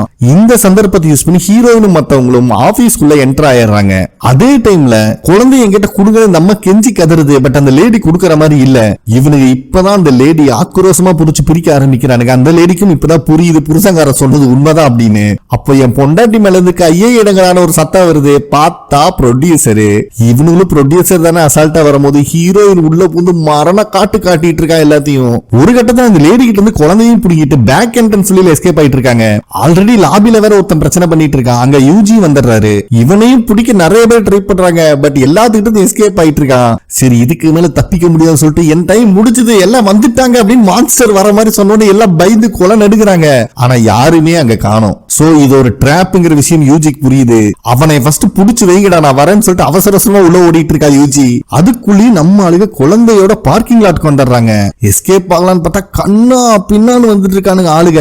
இவனும் கிடைச்ச கேப்ல எல்லாம் காரை விட்டு ஒரு வழியா எஸ்கேப் ஆயிடுறா. அதே டைம்ல இந்த சேர்மன் காரை யூஜியை போட்டு அடிச்சிட்டு இருக்கான். எல்லாத்துக்கும் காரணம் நீதான். இந்த விஷயம் மட்டும் வெளியே தெரிஞ்சது நம்ம ஆர்கனைசேஷன் மேல மக்களுக்கு இருக்கிற மரியாதை சுத்தமா போயிரும். என்ன பண்ணுவே எனக்கு தெரியாது. இந்த விஷயம் வெளியே லீக் ஆகவே கூடாது. வேணா ஏரோஹெட் டீமையும் யூஸ் பண்ணிக்கோ அப்படிங்கிற மாதிரி சொல்லிடுறான். அதே நேரத்துல ஹீரோயின் ப்ரொடியூசரும் ஒய்ஃபை கூப்பிட்டு ஒரு இடத்துக்கு வந்திருக்காங்க. இந்த இடம் சேஃபா அப்படிங்கிற மாதிரி ப்ரொடியூசர் கேட்கும்போது என் டீம்ல இருக்க ஒருத்தன் தான் எங்களை ரெஃபர் பண்ணா. அது மட்டும் இல்லாம இப்ப நம்ம பார்க்க போற ஆளுக்குமே ஏஞ்சல் வந்து டேட்டா குறிச்சிட்டு போயிட்டாங்க. சோ அவனுமே சாவுக்கு பயந்துதான் இருக்கான். இப்ப நம்மளுக்கு இவனை விட்டா வேற ஆப்ஷனும் கிடையாது அப்படின்னு சொல்லிட்டு தான் வந்து ஒருத்தனை மீட் பண்றாங்க. அவனும் உங்களை நல்லா தான் ட்ரீட் பண்றான். அப்ப அந்த ஆள் இருந்துட்டு நானும் நியூ ட்ரூத் ஆர்கனைசேஷனோட ஃபாலோவர் தான், எனக்கு தெரிஞ்சு நான் எந்த தப்புமே பண்ணதில்லை, அப்புறம் எதுக்கு எனக்கு இப்படி ஒரு சாபம் கிடைச்சதுன்னு எனக்கு புரியல. அதுக்கப்புறம் தான் எல்லாத்து மேலையும் எனக்கு வெறுப்பு வந்துச்சு. இந்த குழந்தைய பார்க்கும் போது எனக்கு ஒரு விஷயம் புரியுது, தப்பே பண்ணலனாலும் இந்த சாபம் கிடைக்குது அப்படின்னு சொல்லிட்டு இருக்கும் போது ஹீரோயின் இருந்துட்டு இந்த குழந்தைக்கு இந்த மாதிரி ஒரு சம்பவம் நடக்கிறத நம்ம லைவா டெலிகாஸ்ட் பண்ணியானோ அப்பதான் நிறைய பேருக்கு இந்த விஷயம் போய் ரீச் ஆகும் அப்படின்னு சொல்றாங்க. அப்ப இந்த ஆள் வந்துட்டு நான் இதுக்கு முன்னாடி ஆன்லைன் ஸ்ட்ரீமிங் பண்ணிட்டு இருந்தேன், சோ என்னோட சேனல்லே அப் பண்ணிடலாம், நிறைய பேர் பாப்பாங்க அப்படின்னு சொல்லிட்டு அந்த எக்யூப்மெண்ட் எடுக்க வரும்போதுதான் பக்கத்து ஷெல்ஃப்ல ஒரு மாஸ்க் இருக்கிறத நம்மளுக்கு காட்டுறாங்க. இது வேற எந்த மாஸ்க்கும் கிடையாது, ஏரோஹெட் குரூப்போட தலைவன் ஆன்லைன் ஸ்ட்ரீமிங்ல வந்து கத்திட்டு இருப்பான்ல அவன் தான் இவன். சோ அவனோட சேனல்ல நம்ம ஹீரோயினும் பேசி ஒரு வீடியோ ரிலீஸ் பண்றா. அதுல ஹீரோயின் இருந்துட்டு இப்போ பிறந்த குழந்தைக்கும் அந்த சாபம் கிடைச்சிருக்கு, அப்படி குழந்தை என்னதான் தப்பு பண்ணும், எல்லாரும் புரிஞ்சுக்கோங்க, இதெல்லாம் கடவுளோட வேலையே கிடையாது, ஃபர்ஸ்ட் இந்த நியூ ட்ரூத் ஆர்கனைசேஷனை நம்பாதீங்க. சோ இந்த குழந்தையோட டெமான்ஸ்ட்ரேஷன் டைம் நாளைக்கு நைட் 9:30 மணிக்கு, அதுக்கப்புறமாவது கடவுள் இதை செய்யலங்கிறத புரிஞ்சுக்கோங்க அப்படிங்கிற மாதிரி சொல்லியிருக்கா. நெக்ஸ்ட் டே இவங்க எல்லாம் ஒருத்தர் வீட்டுல ஸ்டே பண்ணிருக்காங்க பாத்தீங்களா, அந்த ஏரோட சேர்ந்தவன், அவன் நான் கடைக்கு போறேன் உங்களுக்கு ஏதாவது வேணுமா அப்படிங்கிற மாதிரி கேட்கிறான். இவங்களும் எதுவும் வேண்டான்னு சொல்லிடுறாங்க. பைபிள பம்பிட்டே வெளியே வரும்போதுதான் இவன் லைஃப்ல என்ன நடந்துச்சுன்னு காட்டுறாங்க. 3 வருஷத்துக்கு முன்னாடி இவன் இதே மாதிரி ஆன்லைன்ல கத்தி கதறி இருக்கான். எல்லாத்து மண்டையை கழுவிட்டு வெளியே வரும்போது அந்த ஏஞ்சல் இவன் கண்ணு முன்னாடி வந்து இவன் சாக போற நாளையும் சொல்லிட்டு போயிருக்காங்க. அதை நினைச்சு பார்த்துட்டு இப்ப நியூ ட்ரூத் ஆர்கனைசேஷனோட சேர்மேனுக்கு கால் பண்ணிருக்கான். சோ சேர்மேன் மட்டும் இல்லாம அவங்க டீமை சேர்ந்த அத்தனை பேர் இவன் பேசுறத கேட்டுட்டு இருக்காங்க. அப்ப இவன் இருந்துட்டு 3 வருஷத்துக்கு முன்னாடி நான் சாக போற தேதியை குறிச்சிட்டு போயிட்டாங்க, நான் எந்த தப்புமே பண்ணல, அதனாலதான் கடவுள் மேல ஒரு வெறுப்பு வந்து மொத்தமா ஒதுங்கி இருந்தேன். ஆனா இப்போ இன்னொரு சபிக்கப்பட்ட குழந்தைய என் கண்ணுல காட்டியிருக்காங்க. அதுலயும் முக்கியமான விஷயமே அந்த குழந்தை இறந்த அடுத்த 5 நிமிஷத்திலேயே என்னுடைய சாவு வரப்போகுது அப்படின்னு சொல்றான். இதை கேட்கிற அந்த சேர்மன் இருந்துட்டு, பாத்தியா நான் சொன்னேன்ல நீ கடவுளால தேர்ந்தெடுக்கப்பட்டவன், சில சமயம் கடவுளும் தப்பு பண்ணுவாங்க, சோ அந்த மாதிரி பண்ண தப்பு தான் உனக்கு தேதி குறிச்சது, ஆனா அதை சரி பண்றதுக்குதான் உனக்கு 5 நிமிஷத்துக்கு முன்னாடி சாக போற அந்த குழந்தைய உன் கண்ணுல காட்டியிருக்காங்க. சோ கடவுள் எப்பவுமே உனக்கு கடமைப்பட்டிருக்காரா அப்படின்னு சொல்லும்போது இவன் சைக்கோ தனமா சிரிச்சிட்டு இருக்கான். சரி இப்ப என்ன பண்ணலான் இருக்க, கடவுள் உன்னை நம்பி கொடுத்த பொறுப்பை ஏத்துக்க போறியா, அதுக்கு உதவி பண்றதுக்குதான் நாங்க இருக்கோம், நீ எங்க இருக்குன்னு சொல்லும் கேட்ட உடனே கோவம் வந்துருது. இது கடவுள் எனக்கு கொடுத்த மிஷன், அது நான் தான் கம்ப்ளீட் பண்ணுவேன், வேணும்னா உங்களுக்கு ஒரு க்ளூ கொடுக்கறேன், நான் இருக்கிற இடத்தை கண்டுபிடிச்சுக்கோங்க அப்படின்னு சொல்லிட்டு போனை கட் பண்ணிடுறான். இதுல சேர்மனுக்கு செம்ம காண்டாகுது. பைபிள்ல அங்க இருக்கிற சூப்பர் மார்க்கெட் பக்கத்துலயே அவன் போனை தூக்கி வீசிட்டு போயிடுறான். சோ இதை முடிஞ்சா ட்ரேஸ் பண்ணிட்டு வாங்கடா அப்படிங்கறது அவன் கொடுக்கற க்ளூ. அப்படியே ஈவினிங்கும் ஆயிருது. சோ ஹீரோயினுக்கு அவன் டீமை சேர்ந்தவங்க கால் பண்ணி அண்டர் கிரவுண்டுக்கு வந்துட்டோம், இன்னும் கொஞ்ச நேரத்துல மேல ரூமுக்கு வந்துரும் அப்படின்னு சொல்லிட்டு போனை வச்சிடறாங்க. ஆனா அண்டர் கிரவுண்ட் பார்க்கிங்க்கு வந்தவனுல இந்த ஏரோஹெட்டை சேர்ந்தவன் பழையபடி சைக்கோத்தனமா வேஷம் போட்டு அவங்களே வேட்டையாடுறான். அதே நேரத்துல யூஜி அவன் டீம் பிளஸ் போலீஸோட உதவியோட இந்த லூசுக் பையரோட மொபைல் இருக்கிற இடத்தை கண்டுபிடிச்சு வந்துடுறானுங்க. நம்ம ஹீரோயின் திருப்பி கால் பண்ணி பாக்குறா, யாருமே எடுக்கிற மாதிரி இல்ல. இவளுக்கும் சந்தேகம் வந்துருது. சரி போய் செக் பண்ணி பார்க்கலாம் கிளம்புனா ப்ரொடியூசர் நான் போய் பார்த்துட்டு வரேன்னு போறாரு. சோ சேஃப்டிக்காக அந்த எலக்ட்ரிக் ஷாக் கொடுக்குற கண்ணையும் கொடுத்து அனுப்பி வைக்கிறான். கீழே வந்து பார்த்தா வந்தவனுங்க எல்லாம் ரத்த வெள்ளத்துல கிடக்குறானுங்க. பக்கத்திலேயே சைக்கோ மாதிரி உட்காந்து அந்த லூசுக் பையன் சிரிச்சிட்டு கிடக்குறான். டேய் உனக்குமே சாபம் வந்திருக்குன்னு சொன்னீங்கடா, ஏன்டா இப்படி பண்ற அப்படிங்கிற மாதிரி கேட்டா, கடவுள் ஒரு சின்ன தப்பு பண்ணிட்டாரு, சோ அதை சரி பண்றதுக்காக தான் நான் இருக்கேன், உன் குழந்தைக்கு நடக்கிற விஷயத்த வெளியே காட்டினா கடவுள் மேல இருக்கிற நம்பிக்கை எல்லாத்துக்கும் போயிரும், அதனால குழந்தையோட கதையை நான் முடிக்க போறேன்னு சொன்னோன்னே ப்ரொடியூசர் காண்டாகுது. அந்த எலக்ட்ரிக் ஷாக்கோட கண்ணை வச்சு ஒரு வழியா இந்த கலர் மண்டையனை மட்டையாக்குறாரு. அப்பவும் அவன் விடுற மாதிரி இல்ல, துரத்தி வந்து ப்ரொடியூசரை தூக்கி வீசிட்டு அவன் பாட்டுக்கு அசால்ட்டா வீட்டுக்குள்ள வந்துடுறான். ஹீரோயின் தான் சண்டை போட்டு தாக்கு பிடிச்சிட்டு இருக்காங்க. இந்த கேப்ல அந்த குழந்தையோட அம்மா குழந்தையோட வீட்டை விட்டு வெளியே வந்துடுறாங்க. இவங்களுக்கும் என்ன பண்றதுன்னு தெரியல, இந்த குழந்தைக்கு வர இப்படி நடக்க போகுது. அதனால அந்த பில்டிங்கோட சென்டர்ல நின்னுட்டு அங்க இருக்க அத்தனை மக்களையும் கூப்பிடுறாங்க. இந்த மாதிரி என் குழந்தைக்கு சாபத்தை கொடுத்திருக்காங்க, இந்த சின்ன குழந்தை என்ன தப்பு பண்ணுச்சு அப்படின்னு சொன்னோம்னா அங்க இருக்கிற மக்கள் எல்லாம் பேனிக் ஆக ஆரம்பிக்கிறாங்க. ஏன்னா பிறந்த குழந்தை என்ன தப்பு பண்ணும், இவங்க இந்த மாதிரி பேசிட்டு இருக்கிறத சில லூசு பசங்க ஆன்லைன்ல அப்லோட் பண்ணி விட்டுறானுங்க. இத ஒரு போலீஸ்காரனும் பாத்துறான். அவன் யூஜி கிட்ட இந்த வீடியோவையும் காட்டிடுறான். சோ இந்த லொகேஷனுக்கு எல்லாம் வந்துட்டு இருக்காங்க. இப்போ அதே நேரத்துல ஒருபடியா ஹீரோயின் இந்த ஏரோஹெட்டை சேர்ந்தவனை அடிச்சு போட்டு ரூம் விட்டு வெளியே வந்து பார்த்தா கரெக்டா அந்த மான்ஸ்டர்ஸ் வர சவுண்ட் கேக்குது. பாவம் இந்த குழந்தையோட அம்மாக்களை உசுரே இல்ல, இருக்கிற அத்தனை மக்களும் பேனிக் ஆக ஆரம்பிக்கிறாங்க. சும்மா வானத்துல இருந்து தொப்பு தொப்பு தொப்புன்னு விழுகிறானுங்க 3 மான்ஸ்டர்ஸும். அவனுக்கு டார்கெட்டே இப்ப அந்த குழந்தை தானே. கதையை முடிக்கலான்னு வரும்போது ஒருவேளை அந்த குழந்தையோட அம்மா ஜஸ்ட் அந்த குழந்தையை காப்பாத்திடுறாங்க. அதுக்குள்ளேயும் ப்ரொடியூசர் அங்க வந்துடுறாரு. அவருனால முடிஞ்ச அளவுக்கு கையில கிடைக்கிறதெல்லாம் தூக்கி மான்ஸ்டர்ஸ் அடிக்கிறாரு. எந்த ரியாக்ஷனும் இல்ல. ஹீரோயினும் வந்துடுறா. அவ பங்குக்கு அவனும் காட்டுன்னு காட்டுறா. பதிலுக்கு ஒரே அடியில எகிரிட்டு போய் விழுந்துடுறா ஹீரோயின். என்ன நடந்தாலும் சரி இந்த அம்மா அந்த குழந்தைய விடுற மாதிரி இல்ல. இந்த மான்ஸ்டர்ஸும் உயிரை எடுக்காம போகாதாட்டு இருக்கு. ஒரு கட்டத்துல ப்ரொடியூசரும் அவரோட ஒய்ஃபும் குழந்தைய சென்டர்ல வச்சுட்டு 2 பேத்தையும் சுத்தி ஒரு கயிறு கட்டிக்கிறாரு.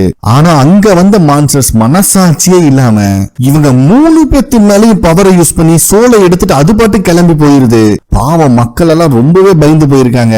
ஏன்னா எடுக்க வந்தது குழந்தையோட உயிர், காப்பாத்த நினைச்சதுக்காக அவங்க அப்பா அம்மா உயிரும் சேர்ந்து போயிருக்கு. அப்ப திடீர்னு அந்த குழந்தை அழுகிற சத்தம் கேக்குது. எல்லாத்துக்குமே செம ஷாக்கு.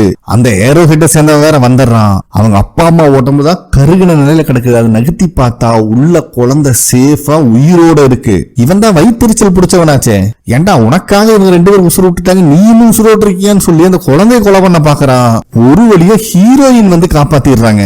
அவங்களும் முடிஞ்ச அளவுக்கு அந்த ஏரோ ஹெட்ட சேர்ந்தவனை போட்டு காட்டுன்னு காட்டுறாங்க. கரெக்டா அவனோட டைம் முடிகிற வேலை வந்துருச்சாட்டு இருக்கு. சும்மா பூமியை உடைச்சிட்டு வரும் பாருங்க மான்ஸ்டர். மத்தவங்களுக்கு எல்லாம் பரவாயில்ல, இவனை கன கொடுறதுக்கு தரையோட பேச்சே கொள்ளுது. வந்த மான்ஸ்டர்ஸ் இவனோட உயிர் எடுத்துட்டு அதுக்கு பாட்டு கிளம்பி போயிருதுங்க. ஹீரோயின் தான் சேஃபா அந்த குழந்தைய எடுத்து வச்சுக்கிறான். இப்பதான் சுத்தி இருக்கிற மக்களுக்கே புரியுது இது கண்டிப்பா கடவுள் செய்யற விஷயம் இல்ல அப்படின்னு. சோ இப்பதான் யூஜி அவனோட டீம் மெம்பர்ஸ் அங்க வராங்க. அந்த டைம்ல கரெக்டா ஹீரோயின் வேற குழந்தைய தூக்கிட்டு போயிட்டு இருக்கா. யூஜி எப்படியாவது அவளை தடுத்து குழந்தைய வாங்கணும்னு பாக்குறான். ஆனா அங்க இருக்கிற மக்களை தாண்டி அவனால போக முடியல. டேய் கடவுளுக்கு எதிராக நடக்கிறீங்களா, ஒழுங்கா வழி விடுங்கன்னு சொல்லிட்டு அங்க இருக்கிறவங்க போட்டு அடிக்க ஆரம்பிக்கிறான். அப்ப அங்க இருக்கிற பெரியவர் இருந்துட்டு தம்பி இதோட நிறுத்திக்கோ, நீங்க சொல்றதெல்லாம் பொய்ன்னு எங்களுக்கு தெரிஞ்சிருச்சு, தயவு செஞ்சு நீங்க வெளியே போயிரு அப்படின்னு சொல்லிடுறாரு. கடுப்பான யூஜி அந்த பெரியவர் போட்டு மரண சாத்த ஆரம்பிக்கிறான். இத பார்த்துட்டு இருக்க அந்த போலீஸ்காரனும் சரி பொதுமக்களுக்கும் சரி நியூ ட்ரூத் ஆர்கனைசேஷன் மேல இருக்க நம்பிக்கையே மொத்தமா போயிருச்சு. ஏன்னா அந்த போலீஸ்காரன் இவங்க உண்மையாலுமே கடவுளுக்கு தான் சேவை பண்றாங்கன்னு சொல்லி இவங்க மேல பெரிய மரியாதை வச்சிருந்திருப்பான். இதுல அவனுக்கு ரொம்பவே வெறுப்பாயிருது. கடுப்பான போலீஸ்காரன் யூஜி அரெஸ்ட் பண்ணி கூட்டு போக சொல்லிடுறான். எவனாலும் எதுவும் பேச முடியல. சோ நியூ ட்ரூத் ஆர்கனைசேஷன் சேர்ந்தவங்களும் வாய மூடிட்டு கிளம்பிடுறானுங்க. அதே நேரத்துல ஹீரோயின் குழந்தையோட ஒரு வழியா தப்பிச்சு கால் டாக்ஸில ஏறிடுறா. பட் அந்த டிரைவர் ஸ்ட்ரெயிட்டான ரூட்ல போகாம வேற ஏதோ ரூட்ல போறாரு. ஹீரோயினுக்கு பயம் ஆயிருது. அந்த டிரைவர் வந்துட்டு பயப்படாதமா, நிறைய இடத்துல போலீஸ் செக்கிங் இருக்கு, நான் உன்னை சேஃபா கூட்டு போய் விடுறேன், இதெல்லாம் பண்றது கடவுளா பூதமான்லாம் எனக்கு தெரியாது, ஆனா இந்த உலகம் மனிதர்களுக்கானது, அதுக்கப்புறம் தான் எல்லாத்துக்குமே அப்படிங்கிற மாதிரி சம பஞ்ச போடுறாரு அவரு. சோ ஹீரோயினும் அங்க இருந்து சேஃபா வெளியே போயிட்டாங்க. அதே நேரத்துல நம்மளுக்கு பார்க்கோட வீட தான் காட்டுறாங்க. அதாவது அந்த 2 குழந்தைகளோட அம்மா செகண்டா இறந்தாங்க பாத்தீங்களா, அவங்க இவனுக்கு தான் அந்த வீட டெமான்ஸ்ட்ரேஷன் சென்டரா மாத்தி வச்சிருக்கானுங்களே. அவங்க எலும்பு கூடு இருந்த இடத்துல பெரிய கண்ணாடி பாக்ஸ் வேற போட்டு வச்சிருக்கானுங்க. அப்போ திடீர்னு அந்த எலும்பு கூடு அசைய ஆரம்பிக்குது. எப்படி அந்த பார்க் மனுஷ உருவத்துல இருந்து கொஞ்சம் கொஞ்சமா கருகி எலும்பு கூடா மாறினாங்களோ, இப்ப அந்த எலும்பு கூடுல இருந்து கொஞ்சம் கொஞ்சமா ரீகிரியேட் ஆகி திருப்பியும் பார்க்காவே மாறி இருக்காங்க. பாக்கற நம்மளுக்கே தூக்கி வாரி போடுது. சோ பார்க் மறுபடியும் முழுசா உயிரோட வந்துட்டாங்க. அப்படிங்கிற இடத்துல இந்த மொத்த டிராமாவையும் கம்ப்ளீட் பண்றானுங்க. சோ இதுல நம்மளுக்கே புரியாத நிறைய விஷயம் இருக்கு. மான்ஸ்டர்ஸ் எங்க இருந்து வருது, இறந்தவங்க எங்க போறாங்க, இப்ப எப்படி பார்க் திரும்பி வந்தாங்க, இதுக்கு எல்லாம் ஒரு முற்றுப்புள்ளி வைக்க முடியுமா அப்படிங்கறத சீசன் 2ல தான் நம்ம பார்க்க முடியும். இந்த வருஷம் ரிலீஸ் ஆகும் சொல்லியிருக்காங்க. பார்க்கலாம், ரிலீஸ் ஆச்சுன்னா கண்டிப்பா அதையும் பண்றோம். ஓகே நண்பர்களே, கண்டிப்பா உங்களுக்கு பிடிச்சிருக்கு நம்புறேன். நெக்ஸ்ட் ஒரு நல்ல டிராமால மீட் பண்றேன். நன்றி.